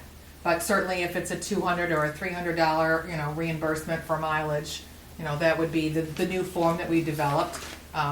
Did So- we have it? Yeah, Okay. well, I'm waiting for Catherine Right, yeah, to to edit. approve it. I made it, and then she was gonna edit it. So we've got that in place now, and it'll be sort of like a first come, first served basis until we look at what the balance I is. think it's just a good way to keep track of everything. Absolutely. Mm-hmm. Okay, what was your other question? The budget. When we initially amended the budget, we didn't realize the president's salary was different from the admin salary. Mhm. So it all got thrown into village president. But when we can have you guys amend it so that the full-time will be the 15,000 and then the president will be the 3,500. Okay, And then that will be in line, a separate, correct. okay. Yeah.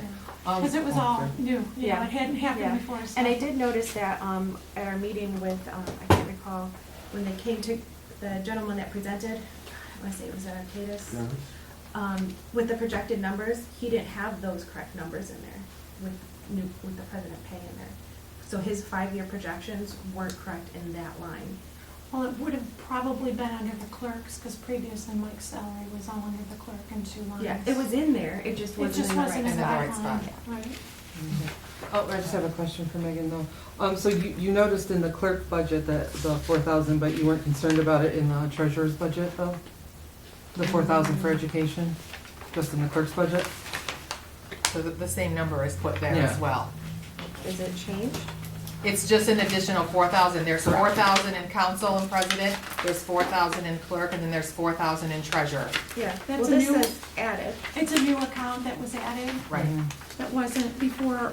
But your concern was only the clerk's budget, but not for treasurer's education? Because she has the same amount as that I allocated. well, if we're welcome to all of it, then that's fine with me. Should we need it to, like, scooch it, like you said, then, yeah. Right, I mean, if there's a seminar that's costly, we can absolutely make that decision. Well, and she just if went we to need something that cost $1,000, and that came out of the whole, so that would, that It'll come out gives. of- It came out of the whole pool Yeah. for this Right. fiscal year anyway, so So- that now it would just be allocated just to her training. Yes. Okay. Did you have another question? I thought you said you No, had two. she- Okay, that you was- answered it. Okay. Good, just Thank didn't you. want to skip over that. Okay, back to page 4. If I could just note, we talked about the BSNA for cash receipting, the top item. Down, you'll see a $7,000 entry for SYO. That's for our contracted services right now of what he provides. But I wanted to up that by an additional $7,000. We just learned that that our laptop, the battery will no longer take a charge. So it's like a boat anchor unless it's plugged into a wall.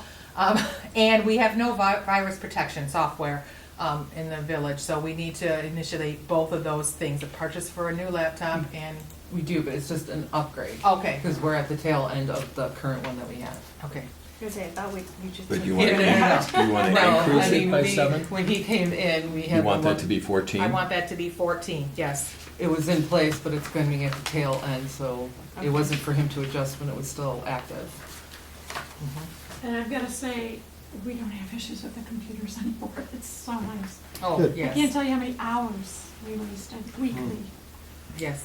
The third one, down from the bottom, there's $15,000. I wanted to point out that that was a new expenditure to take care of, a portion of the bathroom, issue with the compliance with the police department. I put $15,000 in there.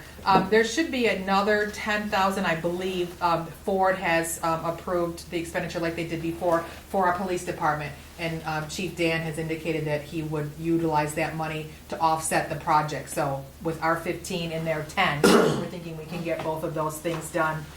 As well as fixing the screen door that's at the top of the stairs, upstairs. It was rotted through. We put a patch on it, but we may need to take a look at that. The fire windows- escape door. Right, the windows are quite rotted, as well as possibly putting like a screen door on our front door so that we can get a little bit of air moving through The there. only thing is on 32, you're going to find so much dust and dirt and noise. Well, we're Carbon propping it dioxide. open right now to allow for some air to come in there, and so there's nothing to catch it. So we thought utilizing some sort of screen or storm door, one, may keep us warmer in the I was winter. gonna say, Cindy and gets two- extremely cold when people are coming in and out. Yeah, Right. no, I would think the warmer one, but I just think you And get a two, lot of to noise. filter that out. But that's up to you. It is an outside. Mhm. Yeah, so we may need to take a look at switching both of those to, yeah. I don't know, we just, I hate to change the door, but. I don't know how much that would cost, but I just It's getting pretty bad. put 15,000 in there You as can as a see the marker, outside right? when it's shut. Okay, so you can see that the budget for the Village Hall and Grounds was up to about $9,000. Well, I have to add that 7 that I added.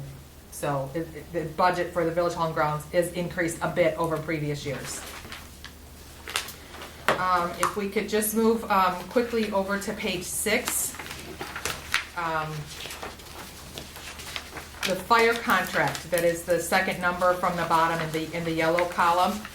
We penciled in the 470. I was not sure if either one of you are gonna be able to make the fire subcommittee meeting that's tomorrow morning at 10 at Bruce Township Hall. Just a reminder, if you can, that's fine. If not, I understand.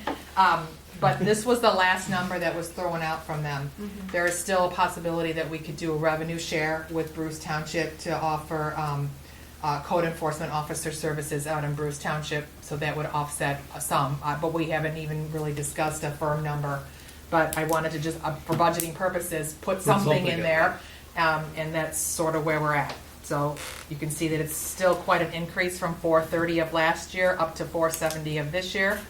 They wanted it 500, and we've sort of negotiated back to 470. But again, nothing's been signed to bring forward to you guys to vote on, but just wanted to mention that's where that number came from. Moving on to page 7, the second number down, I'm sorry, the third number down is the $5,000 we added in for the planning commission. I'm sorry, a certified planner. That's what we anticipate would be the cost of the village, and that would be offset by that site plan review fee that we've added in for the revenue stream. And Zach, there's also specific training in planning commission, just for planning commission members, specific training funds. Yes. So more citizen planner courses and whatnot, we added a little bit of training in there. And then on page 8, so we met yesterday with Jill Reynolds from Waste Management. Our waste management contract is up in November, so we're looking at possibly a 5% increase. She has not brought any final numbers to me, but I wanted to add to that $280 an additional $14,364. That's a 5% increase. So if the full 5% is realized when she comes back with our renewal rate, that's what it's going to be bumped up to. Now, why don't we go bid that out? Why don't we go see what Yeah. else we could? We absolutely can bid it out, but again, for budgeting purposes, I needed to put some sort of number in here. So I'm putting that in, and we can actually take a look at it. There were some other cost savings that she did mention. We're paying for separate dumpster charges for our wastewater treatment plant and for our DPW. We're not sure why. It's almost $13,000 that we pay on top of our waste hauler. And she thought maybe we could just roll that all in. And I said that would be fine. But Catherine and I weren't sure if that was like she's going to bump the 287 by 13,000 instead of billing it separately, or just not charge us for that. So we needed to get a little clarification. But my hopes was that she was going to be like, well, yeah, you're paying 287,000, and we could probably, empty a dumpster for you over at your wastewater treatment plant. Now, going back to planning, would that be where we would budget in for the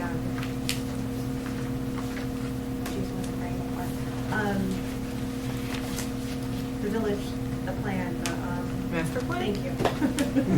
The master plan. Do we have that budgeted in here, or would that be in this section or a separate section? It would be in the public improvement funds. Yes, we plan to take that out of that public improvement fund that we looked at a few budget meetings ago. Budgeted for that. Yes. So we didn't take that out of our general. If you want to add it in now, we absolutely can add it in now out of our general, but Well, we don't need. we did get an estimate today. It looks like it's going to be about 6,000 for the updates. We asked Steve Casson to take a look at what we currently have and what did he think it needed to be brought up to speed. He did not think we need to do a rewrite at $15,000 to $20,000. That he thought the bones of it was pretty good, and he could just do some updates. So So we're not changing a lot. correct. Pretty It's steady. really up to the planning commission, and so they're the ones that are sort of There's only so much to initiating that change project. in the village, Right. like, Right. there is stuff to change, but there's only so much. So this would just be a flat But update. why don't we go out for bid for that also? For Planning updating, planning contract, for the plan. to hire a planner, we absolutely can, if that's where you want to go. It was just the recommendation of everybody that we spoke to, and honestly Catherine's comfort Sure. level of knowing Steve and working with him in the past, the few times. What is Sorry. it gonna, what is the contract for this much, what does that entail, what is the, Job description. yeah, or, what's the Oh, contract? Well, we haven't seen a contract from him yet. Okay, We're this is just again, our assumption of, okay. yeah, of what we're planning on, right? He'll be there Again, tomorrow night, right? just because it's there doesn't mean that we have to spend it, but we wanted to put something in there because we're gonna approve the budget. You'd like to plan on it. And, Yes. and the intent is for it to be paid for, Yes. you know, it's a neutral Yep, cost. out of our general fund, yep. Okay, and so then on the last page, 9 of 9, so we just needed to update the last number, adding the 14,000 for waste management, the extra 7. So it's gonna add $21,364 to that bottom number of $3,031,000 or $3,031,969. So it's actually gonna be $3,049,000, or $3,049,333, excuse me. Got it? Well, I must have missed one to add, because right now the total expenses are $3,044,000. It's 7,000 into the computer, Computers. and then 14,364 for waste management for that Yes, increase. all right, Should it be like 3,052,000? So I'm adding I can't do my 21,000. math. okay. So 21,000 to 31,000?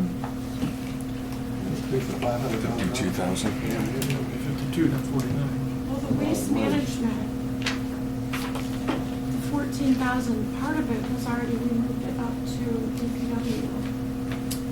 Or is this No, an that was the additional 14? additional 5% that she anticipated our premiums were gonna increase just Okay. for the Okay. residents' waste haulage. Okay, so add that to the 287. then? Yes. Okay. So what's your total number at the bottom?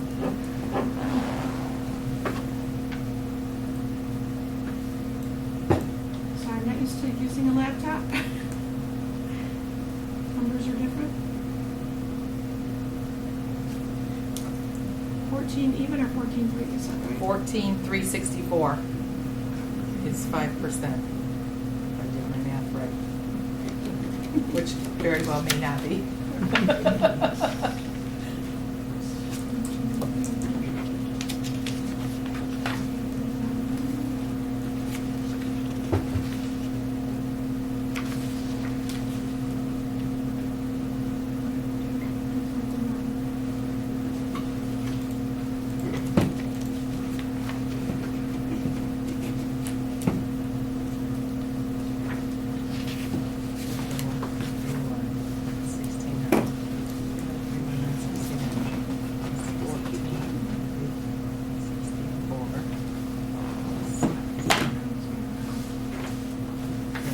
$3,053,333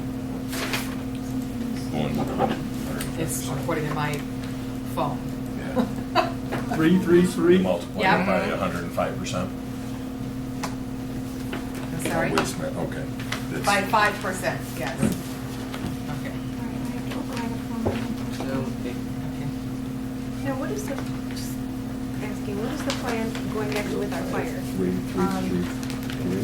How are we gonna, it's not gonna stop anytime soon, we assume. Well, What as is the of- plan to continue to fund this, even though we have a good positive balance, we can't, we're just gonna depend on that going forward? Do we have a plan of what we're gonna do? Right now, what the fire subcommittee has entertained is like a 5-year contract, and it Right. increases each year, and I think the 5th year was taking it to about 550,000. Each year, I think it was about 20,000, roughly 20 or 25,000 increase. We would have to depend on, what our tax capture is gonna increase. We don't wanna use prior fund balance. Find a revenue sharing agreement with them, something else to offset it. I highly doubt, I can't imagine us finding fire services on our own for less than that. Maybe once we had the initial startup fee done, of, purchasing equipment and getting a building, it might cost us less to operate it on an annual basis. But obviously, there would be the capital outlay of, we gotta buy a fire truck, right?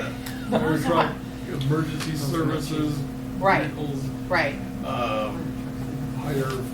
Right. it's a whole big number. right. And those fire trucks, I think, were over, I don't know, $400,000-500,000 themselves. If I looked at it, if we were to split it, where Bruce would be doing Bruce and Washington be doing Washington, we would be paying more as a Washington resident, I'd be paying more than I pay as a village. From what Washington would be charging, yes, that's what I found too. Plus, they don't have the response time, Washington doesn't have the response time to service the north side of Romeo.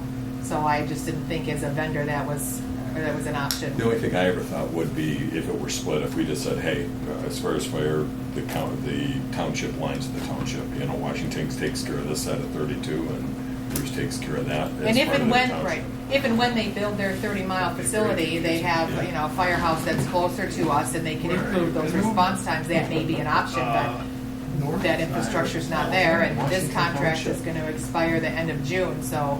I guess what I'm, to clarify, it's going up at least 20 grand every year. What are we doing to find that revenue? Well, so far, the only thing that I could find was to do this code enforcement officer. I offered them police service, right now they pay nothing Or for police dispatch, service that and wasn't dispatch. They didn't need dispatch. We took a look at maybe their DPW. All those services that they sought from us at one point and they were turned away, they found other vendors, other providers to do it for them, so they're not really And interested they in. really do take advantage of our police department. Yeah. I mean, and we've got no choice. I mean, we're just screwed now. We got no way to come back. That's the technique we should use on them as far as their fire. But, you know, they got us over a barrel. Literally. Yeah. Eliminated our So- services down to where we're depending upon. It's too bad. Christine, I do have your numbers, so. Oh, was it the same? Yes. 3,050,000, okay, 53, okay, good. That's it. Yes. So we're not too bad. It's actually just under a $200,000 savings from what we budgeted for in 2018-19. So I think we're on the right track. I got an idea. And- We need, village plays a lot of Star on fire. I think there's illegal right now. We hit it with $2 million right off the bat. Man, we're back in the saddle. What we can do is encourage our treasurer to take all that money that's sitting in the bank account and get it invested. Because right now, we're not earning Like the guy any that won in interest. North Carolina. What is going on with the water? Hear Are that? we going to Oh, my make God. anything out of the waters with our NIDA? If- Have we figured? Well, I just got an email from Mr. Getzinger today that they're still initiating their special assessment district and their rate study. He's gonna ask to come before our June 17th meeting for another 6-month extension to that bill. So that's sort of where that Still don't stands. have numbers there. It's still, I still hope to bring them on, as well as the AT&T antenna project, as a revenue stream, but Well, it's we've just done sort of everything to our slow. point, and we've come to an agreement. He just needs to come back on how they're gonna pay for it. Yes, at least that subcommittee met, the server subcommittee, and we Oh, I gave got him that. some different Got it. numbers, but nothing's been signed yet. Make sure it's, because you and Except Oh, Paul, I- yeah. So, I know, and I Yeah. saved it on there, but, because I'm logged into my computer at work, but I'll put it on here too. Okay, a But- couple other items, if you had a few minutes. Just talking to the auditor yesterday, we do have fund balances in most of the accounts that there is cushion, even though, you know, we're planning at 0 right now. There is cushion from using fund balances from prior years, but, so. if we should have, some sort of problem,